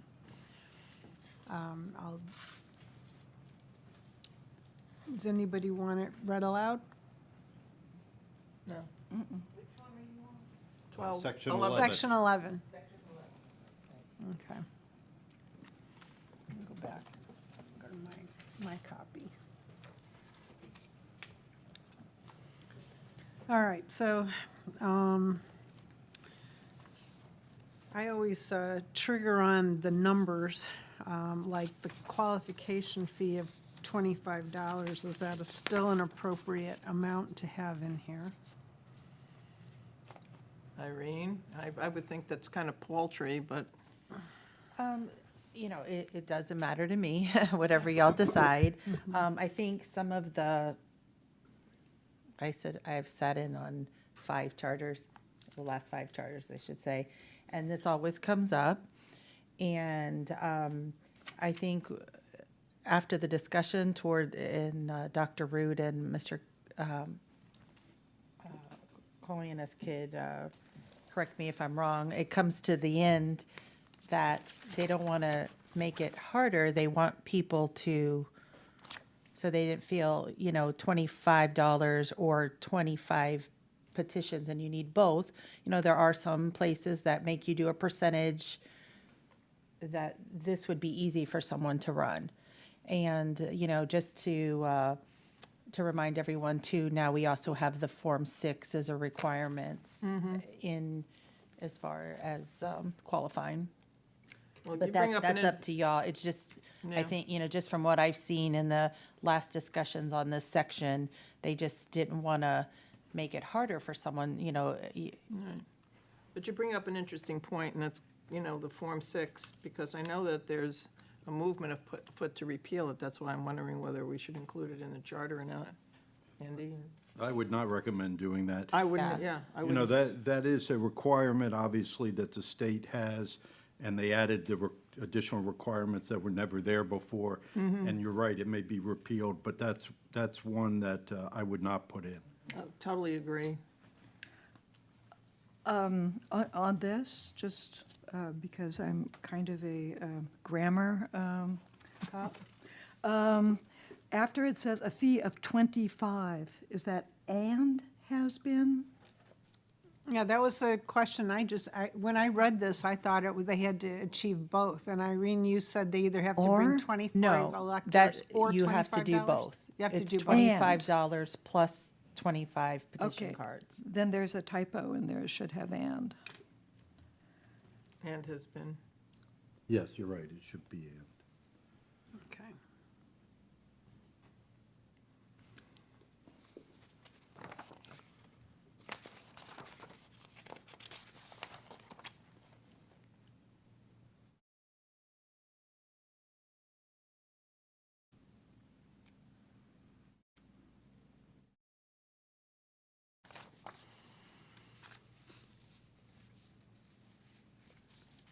Okay, and it looks like that's a fairly standard oath.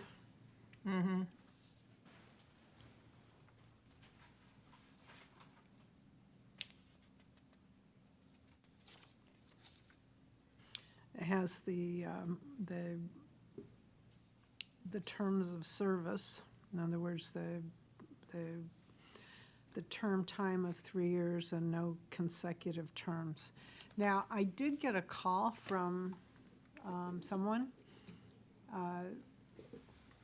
suggesting that other local cities have a requirement that if you are brought onto the board as an appointment, that you will not run for the board seat in the subsequent election. I don't think I've ever seen that in a charter. I just brought it up. I don't know Yeah. if it's on the Yeah. city charters or if it's I don't just. think I've ever seen that in a charter. Okay. I've seen that as sometimes an informal agreement. I've seen it where the people say, well, we'll appoint somebody, but we don't want them to run because it gives them an unfair advantage by the appointment. I believe it's in our code as well. Is it? I think it's 2-12, but offhand, I would have to look it up.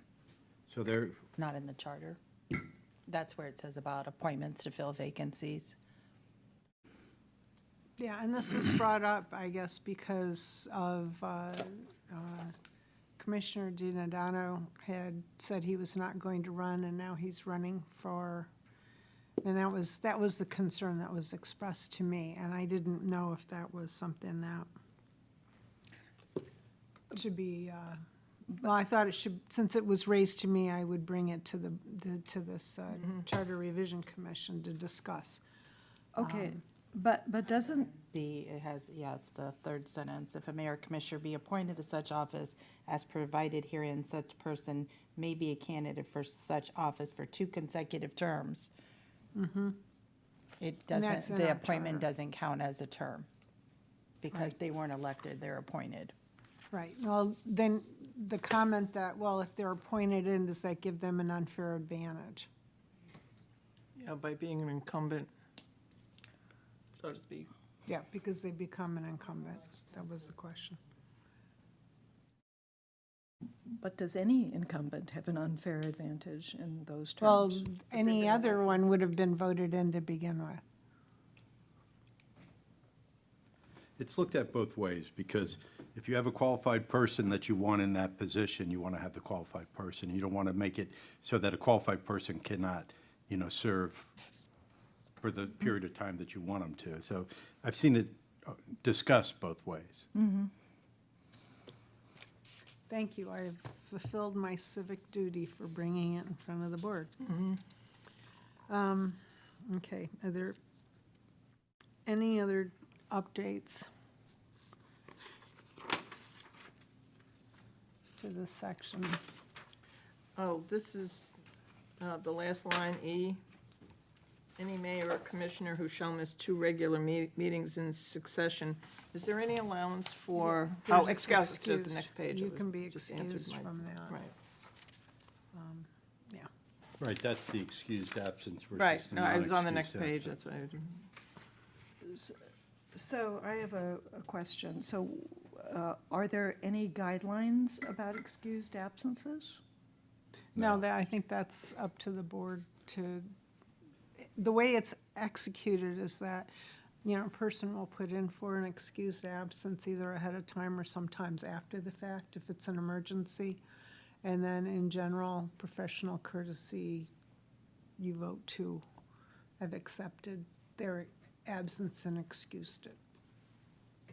But I think, I have never seen any, I'm trying to think, maybe in some bylaws there have been defined excused versus unexcused, but it's just like you said, circumstances change in each situation. well, I think what they're trying to avoid is if somebody just goes away Right. and doesn't Right. show up anymore, the Right. board has to have an ability to deal with that situation. And that's why they've chosen a number 2. And with the excused versus an unexcused means, they, Just didn't show they're, up. they're Didn't show non-show. up, didn't have the courtesy to let people know what it was. If it's an emergency, I mean, there's so many people you can contact in the city to tell them that there's an emergency, or even after the fact. I mean, obviously, if somebody goes in the hospital, it's an emergency after the fact. Yes. But it's also what you said, it's the abandonment of the position. I don't even, 2 meetings where you didn't even bother to say where you are. Right. And, okay, 2 meetings, okay, all right. I mean, sometimes I've seen that as 3. And these are regular sessions. In These are- succession, yeah. Right. Right. Any other comments on this section? Just wondering, in your memory, Irene, has there ever been a problem? somebody didn't show up for 2 meetings, nobody knew where they were, or, Not to my knowledge. I don't think so either. It's, I've seen it on an advisory board before. Be on an advisory Yeah. board, but Yeah, not that's a, what yeah. I'm thinking of. Not I The think. chair POC. just stopped showing you. it's, this is pretty fair, and D actually worked because they had to fill a vacancy. So Yep. that's pretty clean. And is the 60 days before the state sets in, is that regular, normal? Is that a state thing or is that city? I've seen that, I'm trying to remember if that's state or not, because I've seen it many times. I do I've seen know, it 60 or 90, so it may not be state. I do know that that 60-day was part of the discussions about hurrying, well, not hurrying, but making sure they were very prompt about getting applications and getting people in and making that decision. Right. Well, but the practical matter is, and I don't know the answer to this, how quickly the governor would appoint somebody. I mean, if you figure you haven't done it in 60 days, then the governor's contacted. The governor has to look at who he or she would appoint. By the time that occurs, it's probably another 30 days. You're 90 days out. If there's an election coming up within a reasonable period of time, it's almost like you're appointing somebody for such a short period of time, you may just wait till the election. But I think you're correct. The idea is to do it as quickly as possible. And that 60 days was a bit of a challenge even. Yeah. But you do need to have enough people on your board to be able to conduct city business, like paying vendors and attorneys, right? So that's really important. It is very important. Yeah. So, yeah, we've seen this work. This one works. But, right, and you also saw the problem that happened in St. Pete Beach, when you had 4 commissioners resign, They all quit, yeah. and then trying to appoint them, and I know the attorneys had a rough time with that, because I've never heard of that situation before. How, if you don't have a functioning board, how in the world do you appoint board Well, members? I think I'm not 100% sure, but I think what they did is, the one member appointed a member, then they had the 2 members appoint a third member, then once you had that, you could have a public meeting, and then do the other ones. But you're right, I don't know if it's something where you have to go to in that case, you go to the governor and probably ask for direction. But that was just So a strange situation. we've defined majority vote here as if you have less than a full board as 3 votes, correct? To So- have a quorum, remember, you have to have 3. Right. And I think, So say 3, if or it's this- a majority of those present. No, in general, I know with advisory boards we've been on, and even this one, if, with 2 people absent, we still have to have 4 votes in the 4 votes, affirmative to pass right. things. Right. But that's usually spelled out, a lot of times it's spelled out that the majority present. Can you, is this a continuous document? Can you do a search on majority from the beginning? 'Cause I think we If I can touched get on it into the already. charter.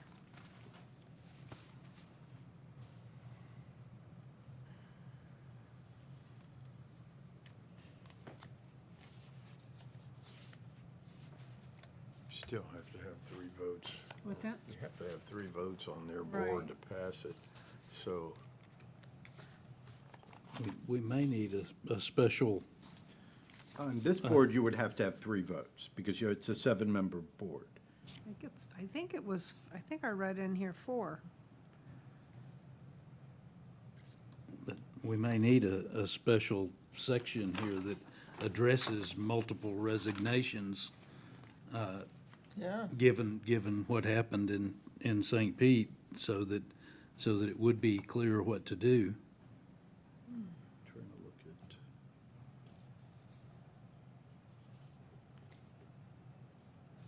Now, see, under the Board of Adjustments, it's defined as a full membership, but I'm not seeing it so far pull up as a definition.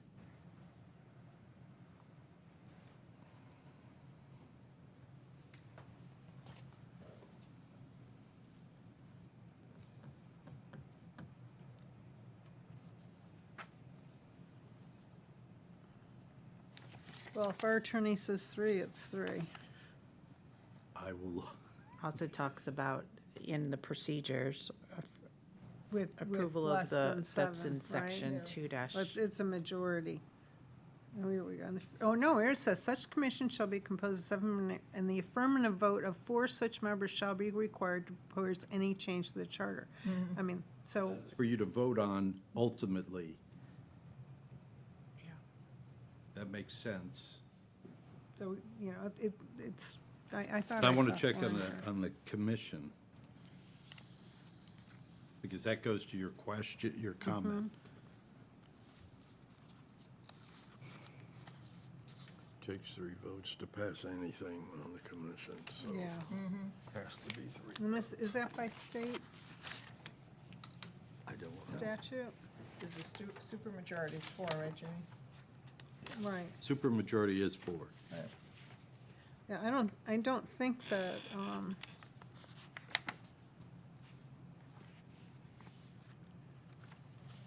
yeah, I don't think if you only have 3 people there, you can vote and pass anything with 2. Right. Well, I know you have to have 3 to have the meeting. Right, but if you only had 3, everything would have to be unanimous to pass anything.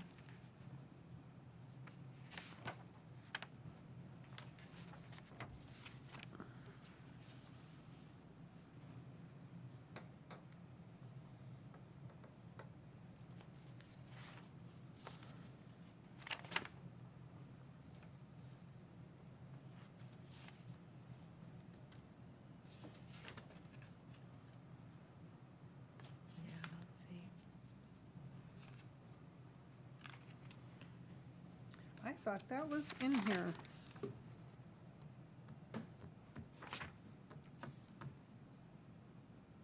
Takes 3. Hmm? It takes 3. It takes 3, yeah, but I thought Where- it was in here, and I'm not seeing it. And the question is, should it be?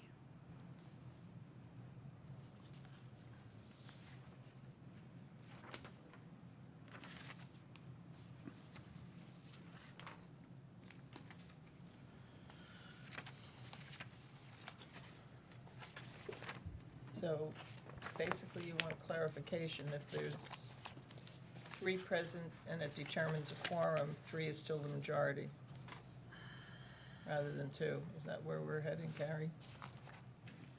Well, and what happens if there aren't 3?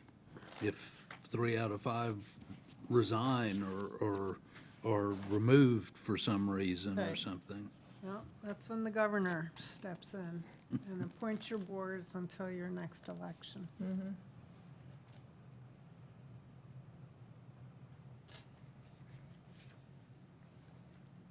Which makes sense.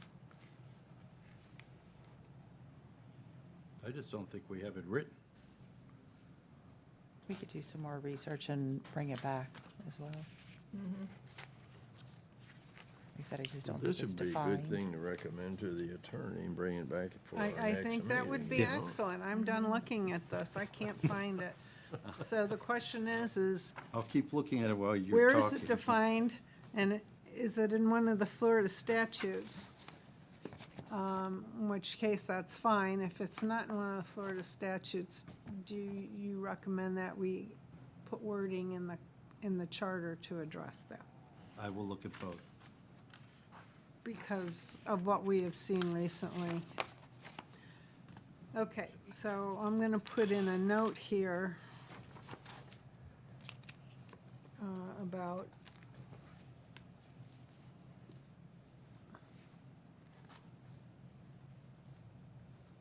where's majority and supermajority, because we've used those terms.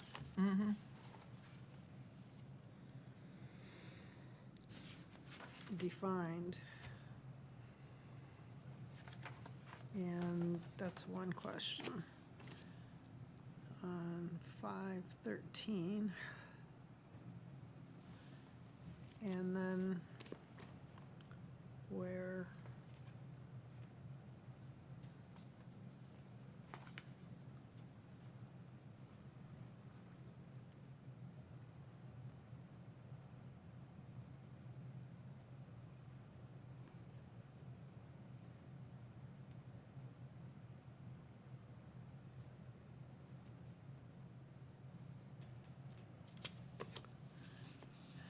Okay, so right now, I think we can go ahead and vote to accept the editorial update of the word "and."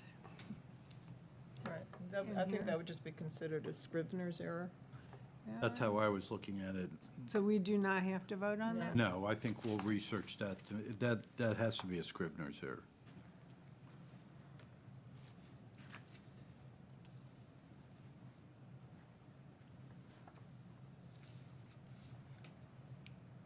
So no vote required.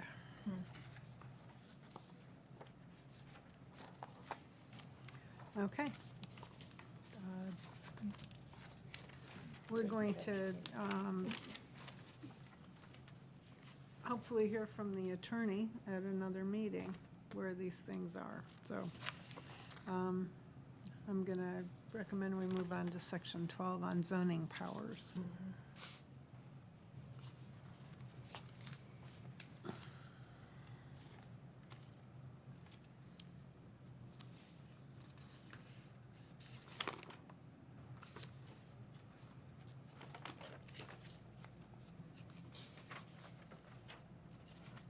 Okay.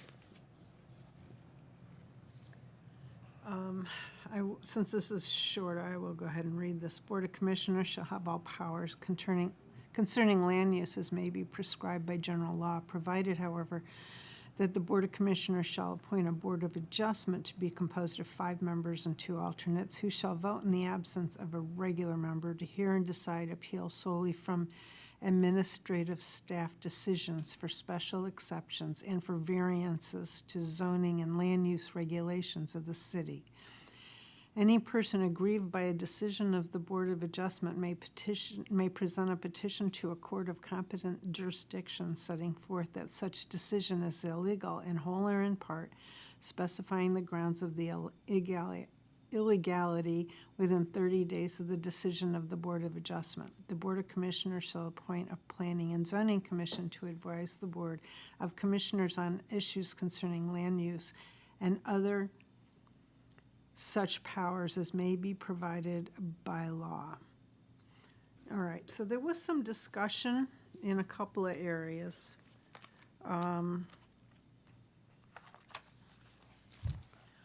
One I have here was put forward by Delacus, and I was thinking also of Mike's comment about, where is it? That they shouldn't have absolute authority. They should not have the final decision, which I think got repeated here. Where is this?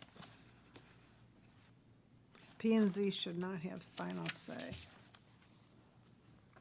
And, I mean, personally, I would argue with that in some sets of circumstances, so, and I understand this is maybe overlap from my other commission, but there's so many cases that there's infinitesimally small, insignificant things that we act on, that then the poor applicants have to wait a month or more to get to the board, and the process has already been long, dealing with staff and everything.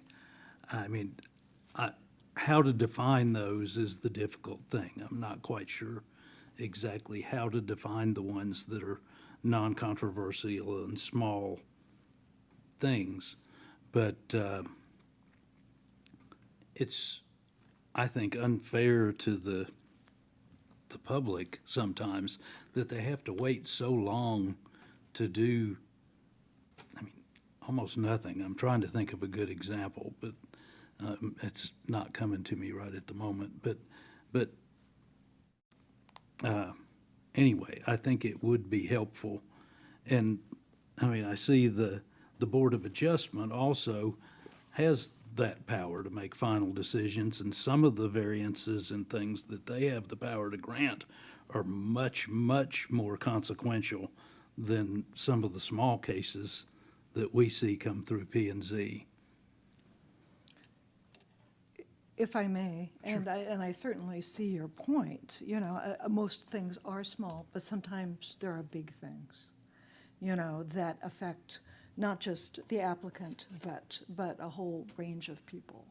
And I'm not going to give any examples, but I've seen them relatively recently.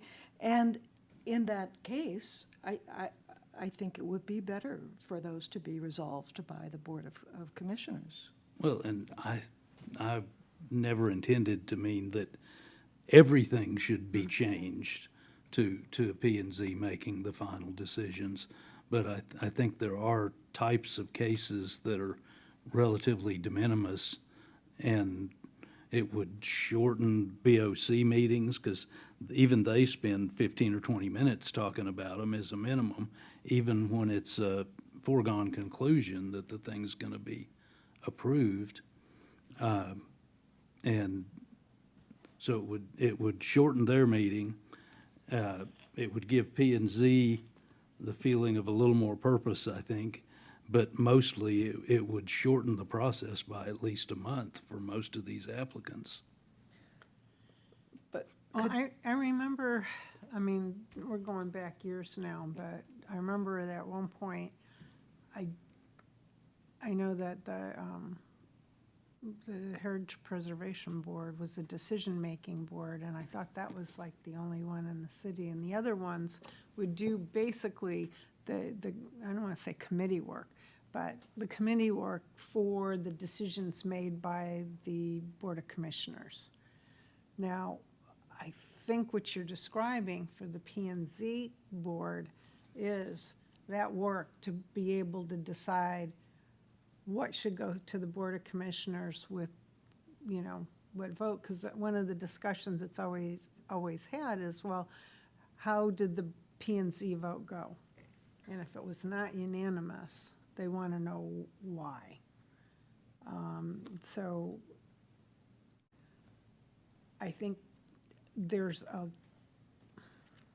tremendous amount of influence that the P and Z board has. I'm happy to entertain something to come in here. However, it would really need to be well-defined. Yeah. And without really knowing how to do that, it gets murky, and you wind up having the Board of Commissioners decide everything. So that's where we are today. Right. Well, and, yeah, and I would ask P and Z staff actually to put some thought into specifically how to make it work. They're the ones that have to deal with it day in and day out, and they're the ones that have to see the unhappy residents who are waiting 3 or 4 months to get a very minor whatever it is, accomplished. So I think they would probably have some ideas on which, you know, how to define the cases that are. We should put it back to the city to come up with a recommendation. I would like to see that. No, I'm fine with that. I'm not sure who the action item goes to. Is that I would, city clerk to take that forward to see if there's interest in the city to define the criteria by which a decision can be made at planning and zoning and not go to the board for agreement? Of course, a citizen could always have the right to appeal it to the Board of Commissioners. yeah. Sorry. So what you're asking me is to check with the planning and zoning director to Yes. define the criteria. If, I yes, can if do that's that through something the that they city would like manager. to support and see happen. Maybe we could ask them to come in once they define it, and if we have Yeah, that questions, makes we sense. can Yeah. ask them about it. And I'm sitting here thinking, we're gonna go all the way with this and change it, and then the board's gonna get it when you make that presentation. And they may be all cattywampus on it. They yeah, may no, wanna you're make right. every decision, so we gotta walk gently here, or we're gonna give the public a choice of two things in the final program. because if they don't like it, then they can write it their way. Right, well, it's come up, and it's come up more than once. That's why let's at least hear I'm all for it. what the idea is. Yeah, because it makes sense, and I've seen it in the Board of Commissioners meetings where it goes on and on. I will get with the city manager and have him get that information through the planning and zoning director. And if possible, if they have that information, we could bring it back at the next meeting. Chair. Can I snatch the grammar police cap from Tina? The sentence about the 2 alternates? Because the way it's written here, it sounds like 2 alternates will vote in the absence of a regular member. You know, one of whom shall vote in the absence of a regular member, which I think would clarify that. And I guess the other question I have is, what is the designation of which alternate will be voting? Is there any criteria?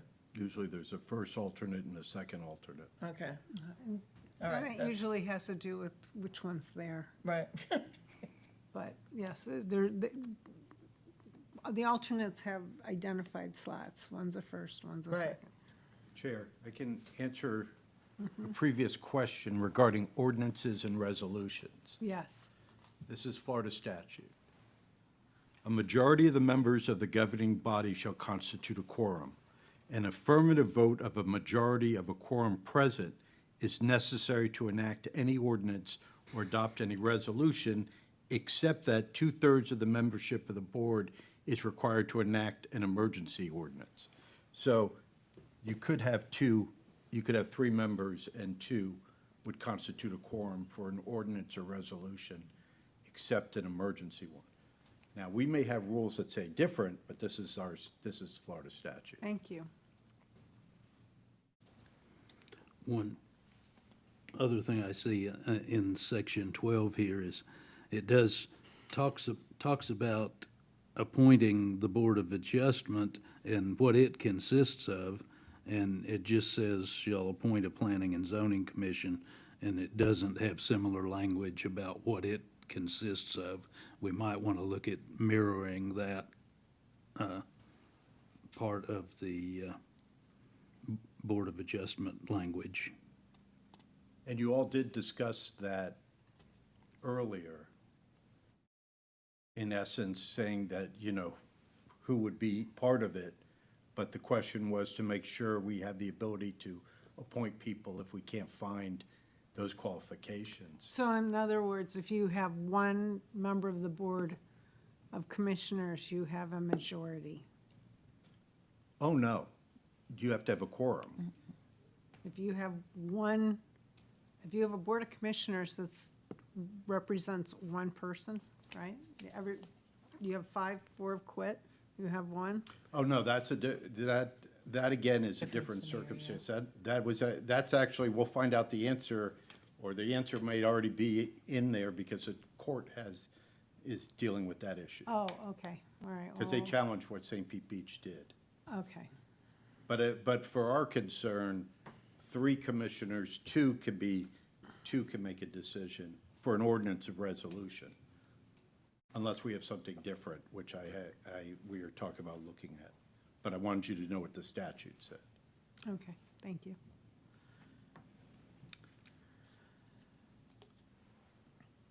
The other thing that I think somebody discussed, and I don't remember who it was brought up on that deals with some of the boards and commissions, is qualifications of members of boards Yeah, that and was commissions. back in 8, where we discussed that they appoint the boards and requesting that they consider skills and qualifications. But, I mean, I have been other places where they specify the makeup of the board would include an engineer, an architect, a city planner, or whatever, a historic preservation advocate. I don't know if it's possible to get that specific in a community this size, but it is something that I've seen other places. I believe there's 3 boards that have that currently, and it would be in their makeup in their section. I believe it's public art, code enforcement, and What is the third one, Michelle? Is it Heritage HPB, maybe?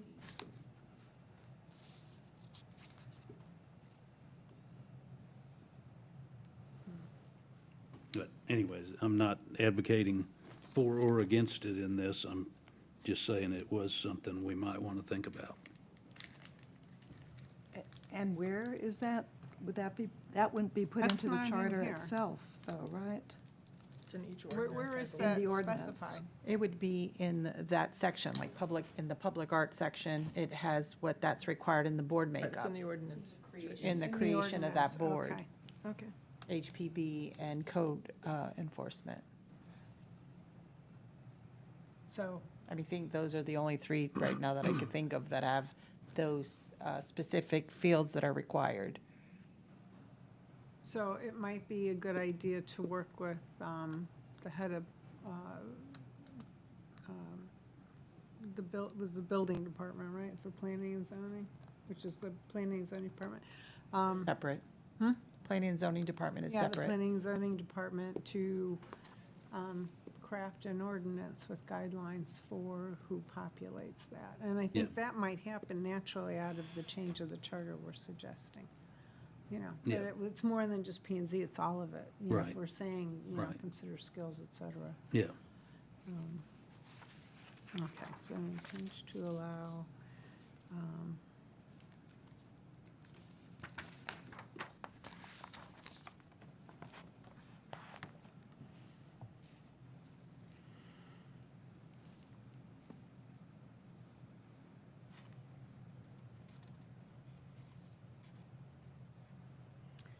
okay, I have a note here that Mr. Delacos made a comment, and I wrote down precedent for establishing board within charter under zoning powers.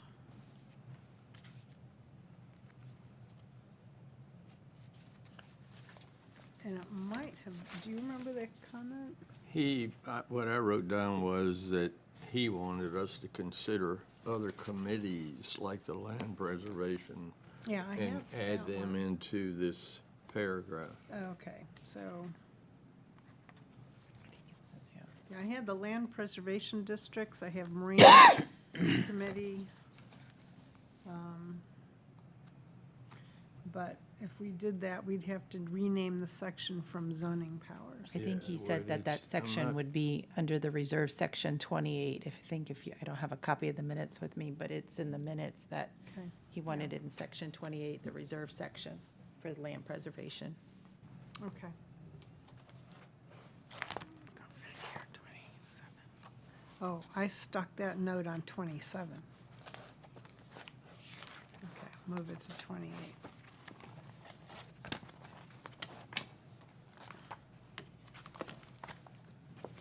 All right, so we're there. So we'll leave this as zoning powers.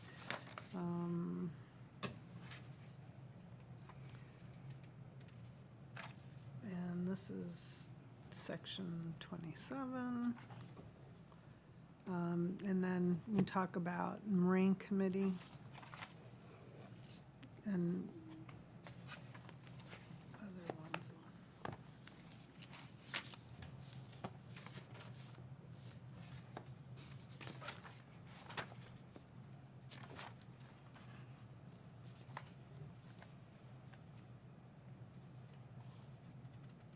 '28's reserved. Hmm? Section 28's reserved. Right. Right, so that's why he wanted us We're, to. we're gonna So they discuss adding a just new adding section all there. that in there? Okay, Yes. okay. They say, so my note here is request planning and zoning department to recommend words addressing, allowing P and Z to make decisions regarding, is the term minor actions appropriate? Probably. I think they'd understand from that. And it's something that's been discussed with staff at some workshops that we've had in the past, so Yeah. they'll understand. It's been discussed at the Board of Commissioners meetings, because I can Yeah. remember them talking about that. Let's go to 27. 28.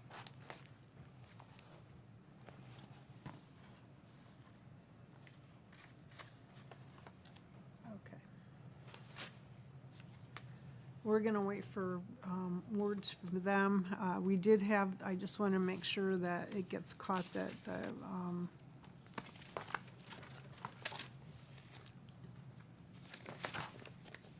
the Scribner, or suggested Scribner's error of, and the third Line three? sentence. Yeah. I guess on hers, it's a little farther down. But basically, after it says, and two alternates, comma, instead of saying who shall vote in the absence of a regular member, it should say one of whom shall vote. Okay, so, who goes to one of whom?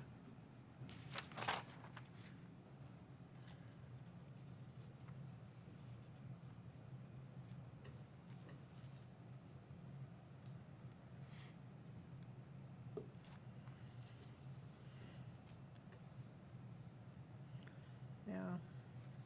Can we classify that as a Scribner's error as well? I think so. Okay.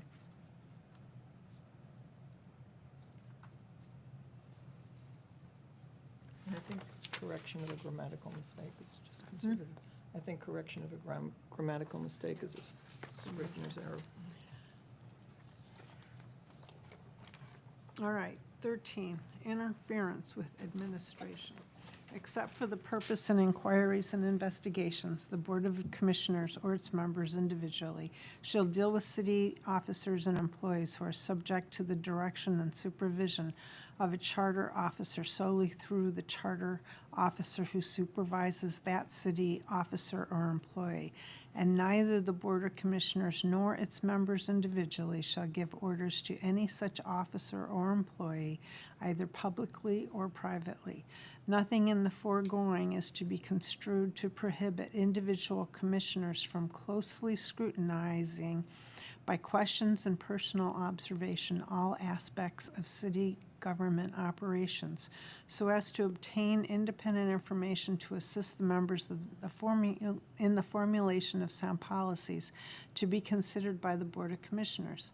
It is the express intent of the charter, however, that recommendations for improvement in city operations under the jurisdiction of the city manager by individual commissioners be made to and through the city manager, so that the manager may coordinate efforts of all city departments to achieve the greatest possible savings through the most efficient and sound means available. I have a question. In other parts of the charter, it's very clear that, you know, the clerk's office and the city manager's office operate very independently in terms of management of the employees. Does this paragraph need to be expanded to have an equivalent part for the city clerk's office, or is it complete in the way it's written? That would be an attorney question. We kind of do it that way now, but it's not listed, I'm the just city clerk. asking.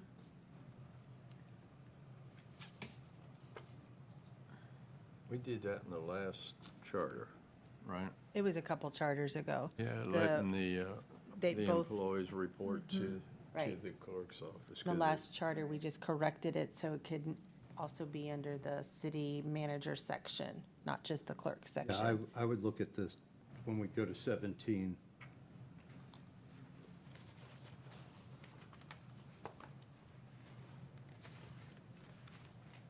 Under the city clerk, but I think that's pretty.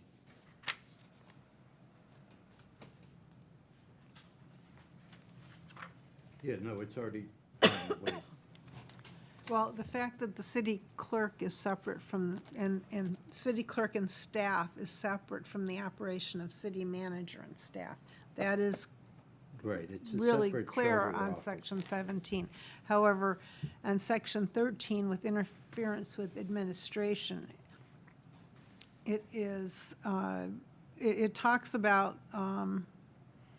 the charter officer, but then it goes on and talks about the city manager.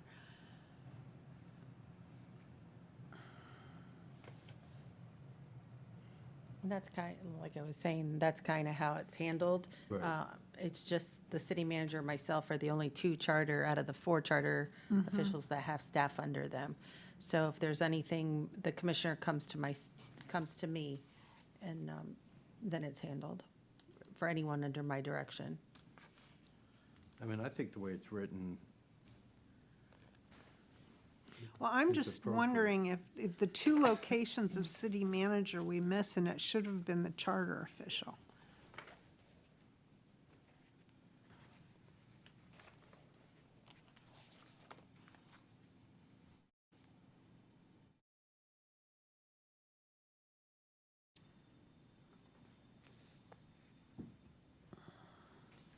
And under the city manager section too as well, in 16 parens C, it also says all city employees in the clerk's office and collector's office shall be subject to the same personnel regulations as established by the city manager, except that the city clerk and collector shall have the authority to hire, discharge, or suspend any employee in the clerk's office and collector's office who is under the supervision of the city clerk and collector.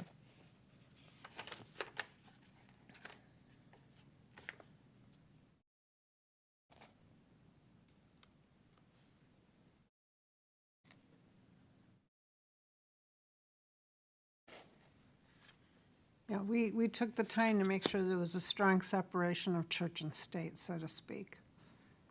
Where a city manager's church, city clerk is state, right?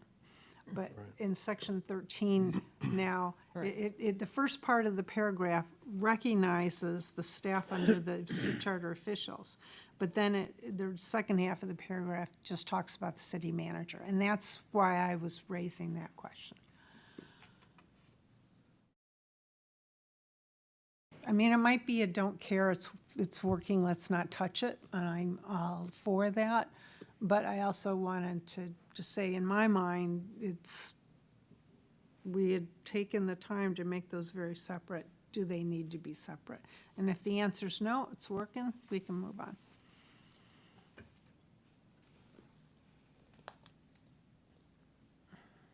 I guess I'd ask, it's, they're separated for a reason. right, And I think that's our dilemma right here. You know, Right. and the reason was justifiable when it was done 2 charters ago, that they had to separate them to take the overlap out, because we went through a lot of city managers at one time. And they all run their business a different way, and it's tough for the clerks who handle all the money in the city to have to worry about their employees being bullied by the city, someone yeah. else, yeah.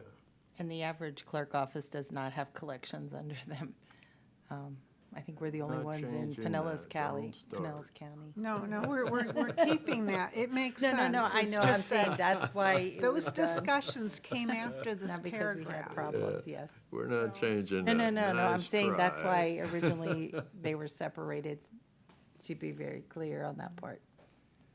No, but what you're saying, Carrie, makes sense to me, you know? I mean, if you're delineating these two charter officials later, why would you not refer to that here also?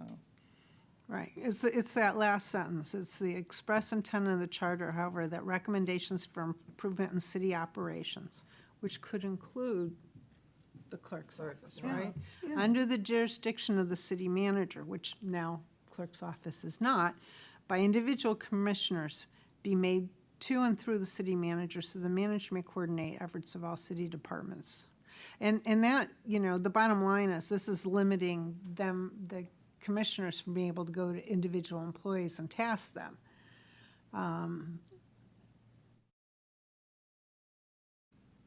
Which makes sense, but I think it's,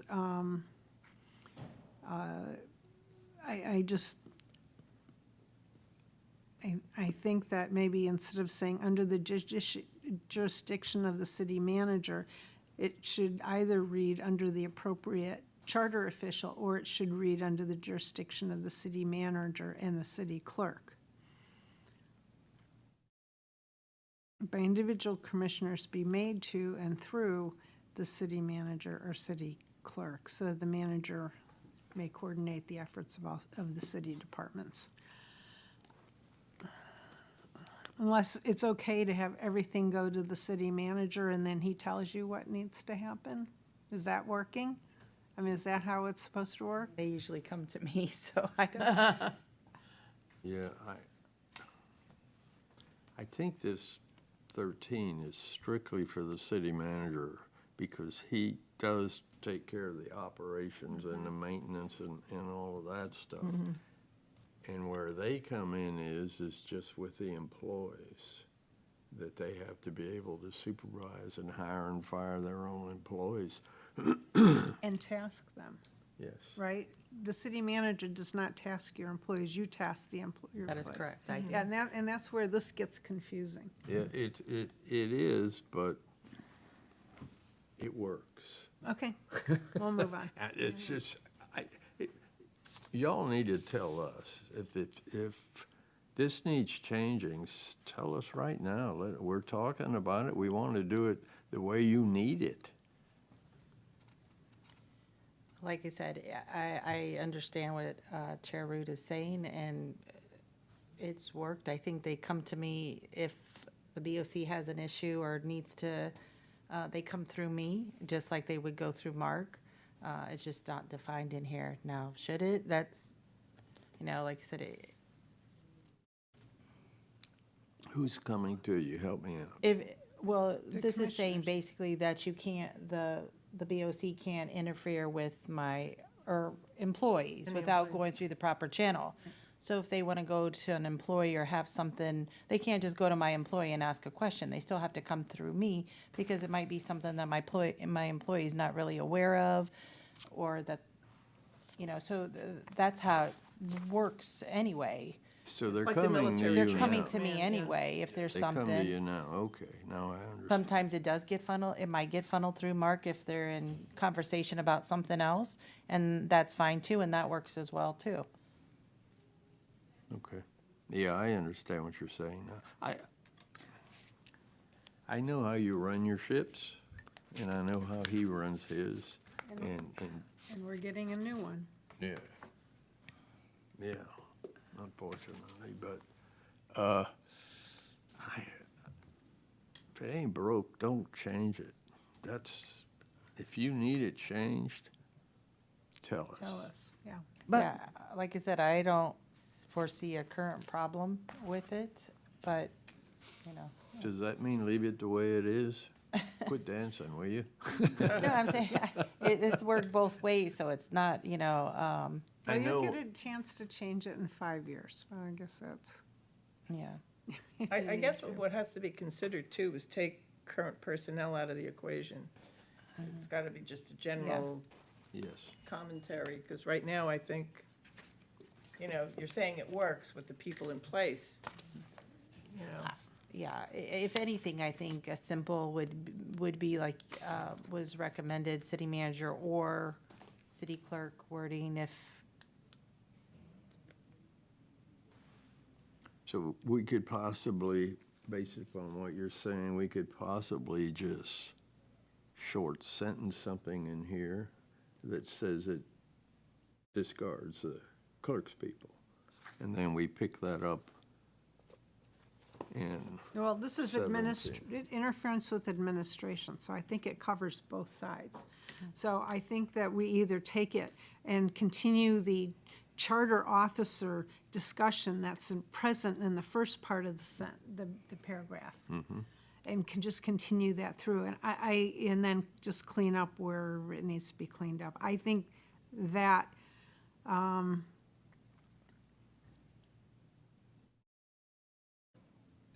think that would be sufficient. If you look at, so let's see here, nothing in the front is, What if you took out, I'm thinking just take, is anything lost if we just remove that last sentence.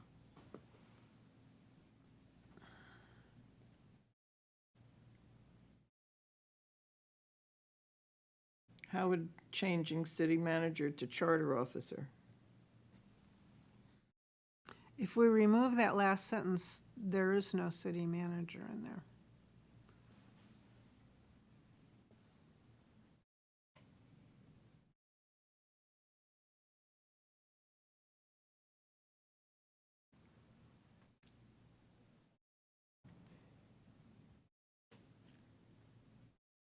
I'd be afraid to take out too much because of my experience with some boards of commissioners are that they will dive deep into bothering every, But it's Charter all, official. it's already right there.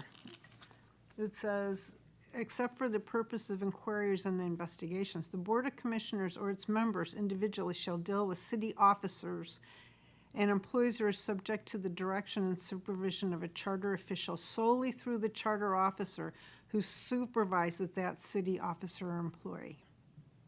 And neither the Board of Commissioners nor its members individually shall give orders to any such officer or employee, either publicly or privately.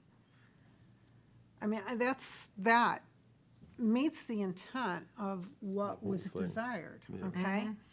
So then, then there's the kind of the disclaimer that says, well, wait a minute, we're not really taking away your right to question things and observe things on how the government works. But you're not talking to those employees. I mean, that's what it is. And I'm thinking, actually, we can take out everything except that first sentence.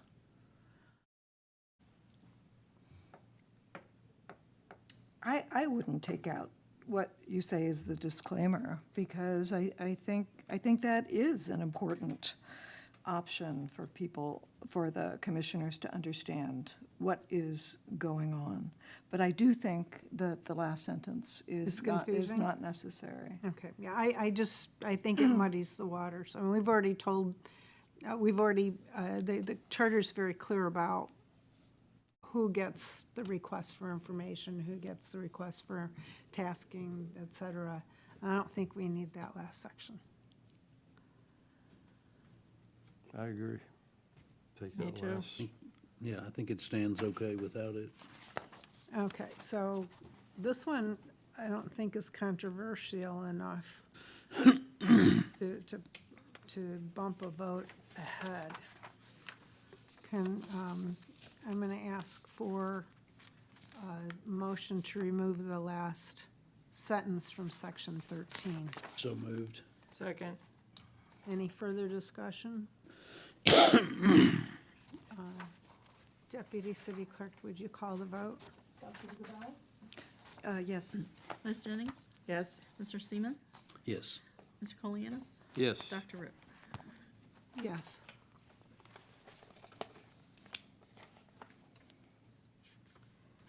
All right. Okay, it is 4:30, but since I don't know that, let me just ask, Mayor Protes, do you have additional public comments you're going to want to make? Just one sentence. Okay, well, that's all right. I will give you, I'm trying to manage our last half hour here. So I want to go ahead and discuss section 14. Before we break from this, internal auditor. The Board of Commissioners shall appoint an internal auditor who shall serve at the pleasure of the Board of Commissioners and who shall perform such duties and functions as the Board of Commissioners may direct, including but not limited to the following: audits of all departments for compliance with city written policies and procedures, federal, state, and local laws, and maintain compliance as may be required by the State Auditor General. Develop and maintain an internal audit manual outlining the objectives and procedures of the position. Prepare an annual internal audit calendar. Review all revenue sources and monitor payments to and from the city. Review utility billing calculations, city receipts, and disbursements for accuracy. Review the means for verifying and safeguarding all city assets. Recommend and assist in improvements of controls to assure compliance with all applicable laws and regulations. Perform special examinations, prepare studies, and report as directed by the Board of Commissioners. Through audits, recommend improvements to ensure city resources are being used economically and efficiently. Report all findings or noncompliance issues to the city manager and the Board of Commissioners. The internal auditor shall be a charter official and a full-time employee of the city and shall be exempt from civil service. Does anyone have any comments? I have one before we leave, but I will voice mine last.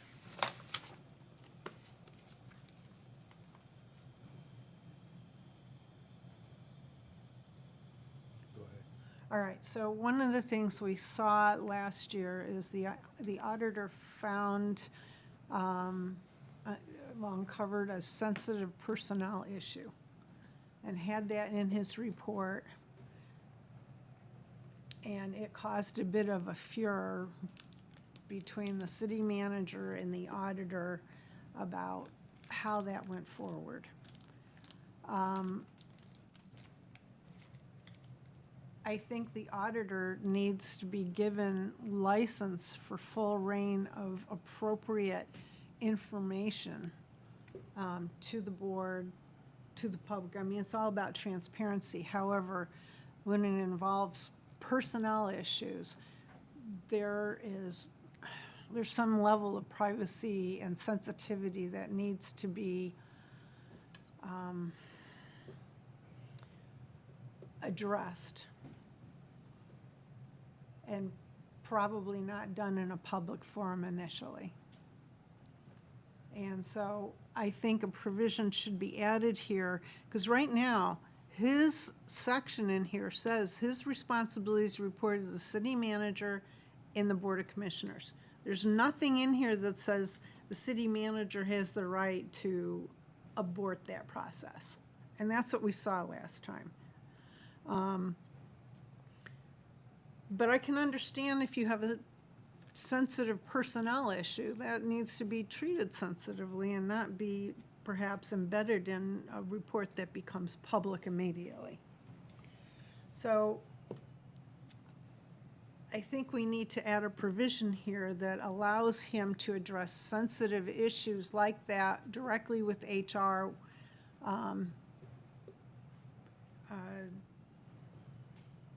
to be able to have appropriate terminology in his report that allows him to go forward with full transparency while protecting the identity of the individual until things can get worked out through the city. That's a suggestion. One question for Mr. Salzman. All right, since this report goes to the manager and the Board of Commissioners before it's made public, but would it fall under sunshine laws anyway, that all this information would come out, including the name?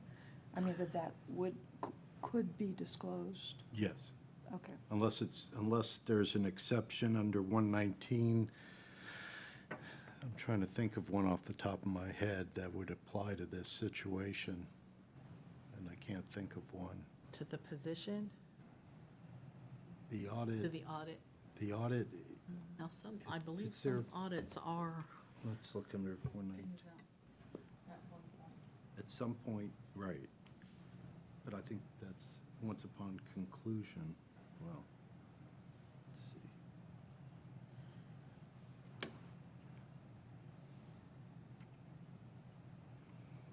Why couldn't this be just like everything else? I remember specifically that night when the former city attorney mentioned to the public that this should have been given to the city manager before it was brought out that night, because he was unaware of what was happening. I don't think so. I was there, I mean, I mean, I think he was, I think it was given to him. Not to my understanding of it, and from what I heard, it was, It was given to the city manager, but evidently, it was not, the city manager didn't act to pull it until right before the Board of Commissioners meetings. Yes. but a couple of the Board of Commissioners met with the internal auditor and did a witch hunt, which should never have happened because it embarrasses the city as a whole. I was embarrassed sitting in the audience that how the hell is this going on? No, it was very That was uncomfortable. wrong. You don't do that. So this is our chance perhaps. Yeah, well, that's why I want to make sure that, Make sure it doesn't happen again. That's right. It can be in language good enough for both the internal auditor and the city manager. right, I mean, right now, the internal auditor, you know, he reads this and says, look it, I report to the city manager and the Board of Commissioners, and that's, you know, that's it, and this is how it goes. Well, can it be, you know, added into his report that a situation exists and will not be publicly revealed for reasons of personal privacy? I mean, the only, Well, you know, that- one of the few, you know, two excuses or permissions for a closed meeting under sunshine is ongoing litigation and a, you know, personnel matter. So, you know, and this is, I guess, a question for you. No, that's not. There's only, the only two exceptions to the sunshine law is ongoing litigation and collective bargaining. Bargaining. Well, I thought it was just a personnel issue. No. Okay. Thank you for the, And to answer your question, when the audit is finalized, it becomes a public record. Not prior to its finalization. Well, it tends to go out as an attachment. Yes, it No? does. Well, it does, Yeah. but So it's essentially it technically becomes not, Public at that point. like, for example, tonight, I'll be at a meeting for fire district, and they're going to do the audit presentation. And that presentation will be when they first receive the audit, and then they'll accept it.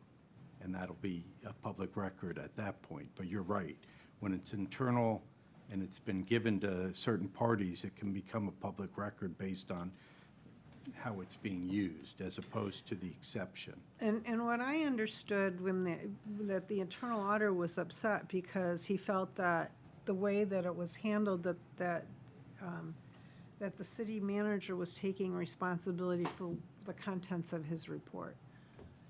And that's why I think that this charter language should be expanded, and perhaps we should need to there's a reason to bring the internal auditor in for this, to understand what he feels his limits are and what he feels his privileges are, and, you know, possibly give him the ability to get guidance for what should and should not be publicly expressed in terms of personnel issues if they come up. Because I think that was the big issue, is the name and the position that was disclosed and the questions about propriety of that individual. And unless the laws change, personnel law, typically you're not allowed to give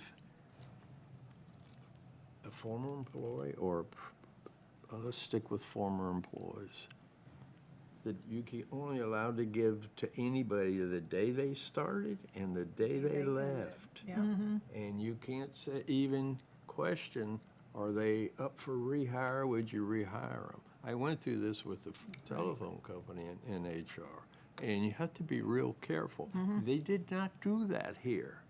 You have to be very careful because you open yourselves to potential lawsuits. Right. You have potential, if I'm a new employer and I'm contacting about you and somebody gives me information, I don't hire you as a result of that and it's false information, That's why we try to do exactly what you said, which is, these are the dates of hire, this was your position, and sometimes it's asked and answered whether or not you'd be eligible for rehire.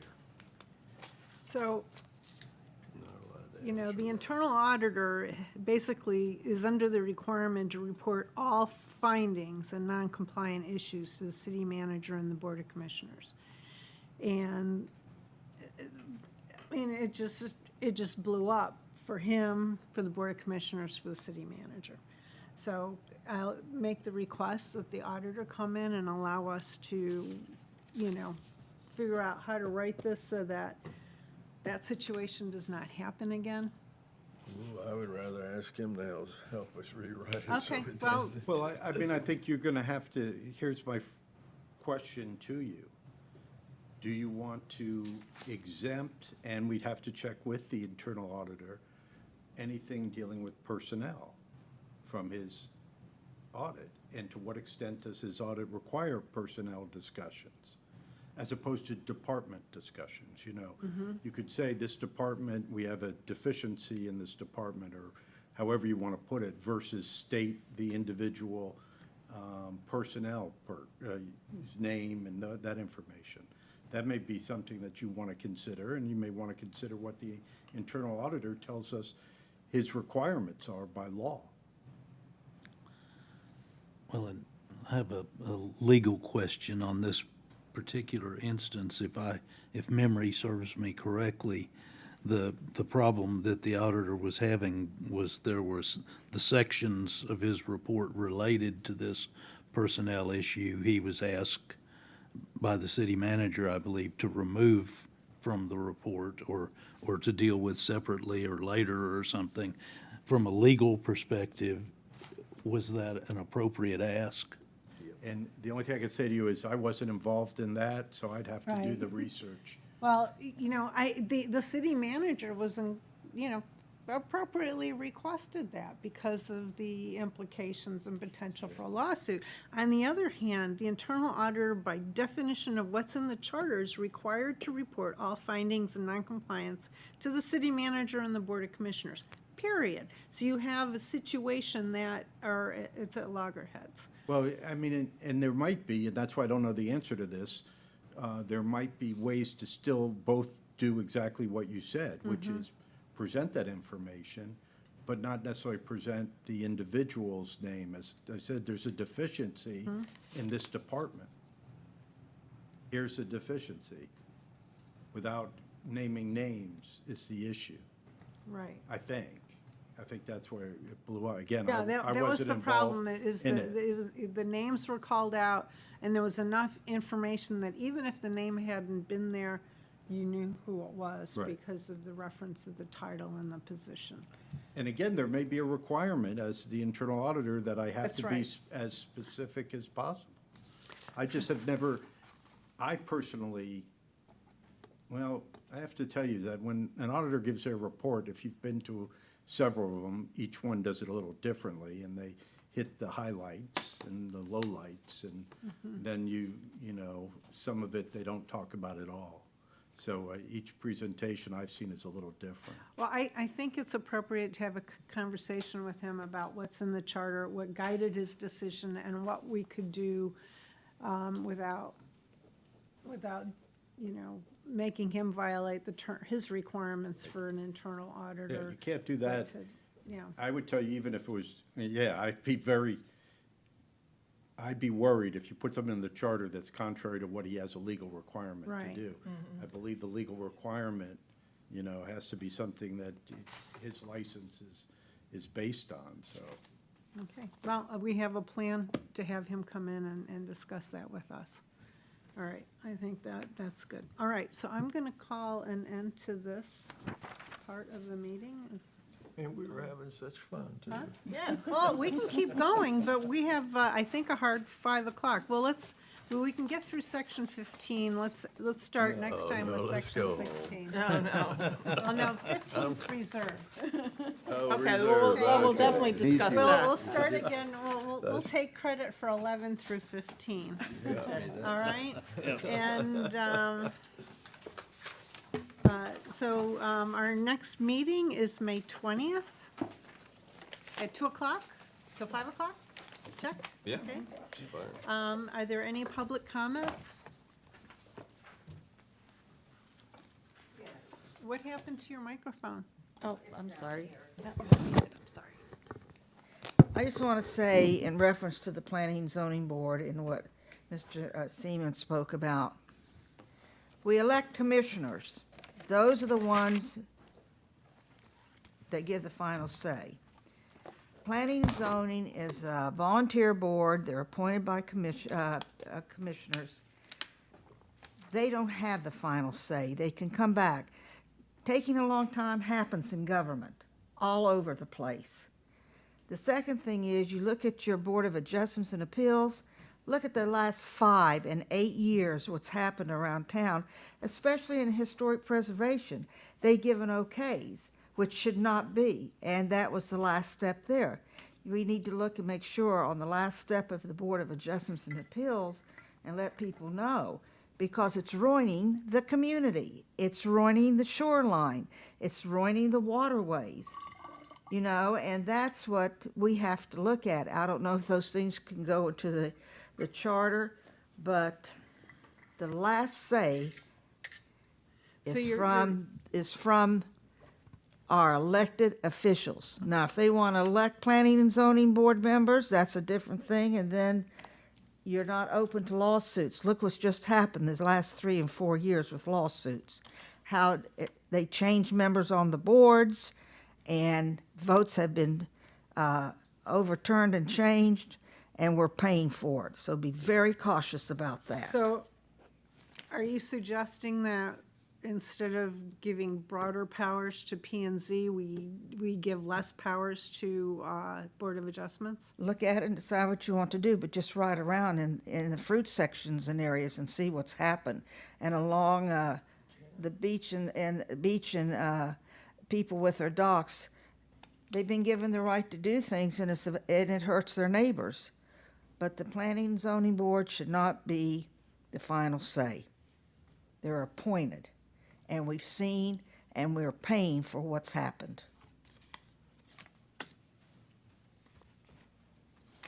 Thank you very much, Mayor Protos. Board and staff comments. Let's start with you, Dr. Bukavalis. No You're comments. waving. Another productive meeting, I think. Okay, I like that. No. No comments. Well, Just kind of responding to Anita's comment, I would agree there is an inconsistency in the way the two boards work. And whether it goes one way or the other, I think they should be in line, so the process should be similar between the two. I hope it's not in this book. It'll be Christmas by the time we get out of that one. no, that's where I'm No, we have plenty of time. hearing. I said, do you want pizza to eat next time? Oh, okay, yeah, sure, why not? All right. Mr. Salzman, do you have any observations? Nothing to Deputy add. City Clerk, you have any observations? City Clerk, you have any observations? I am calling adjournment at 4:53 PM.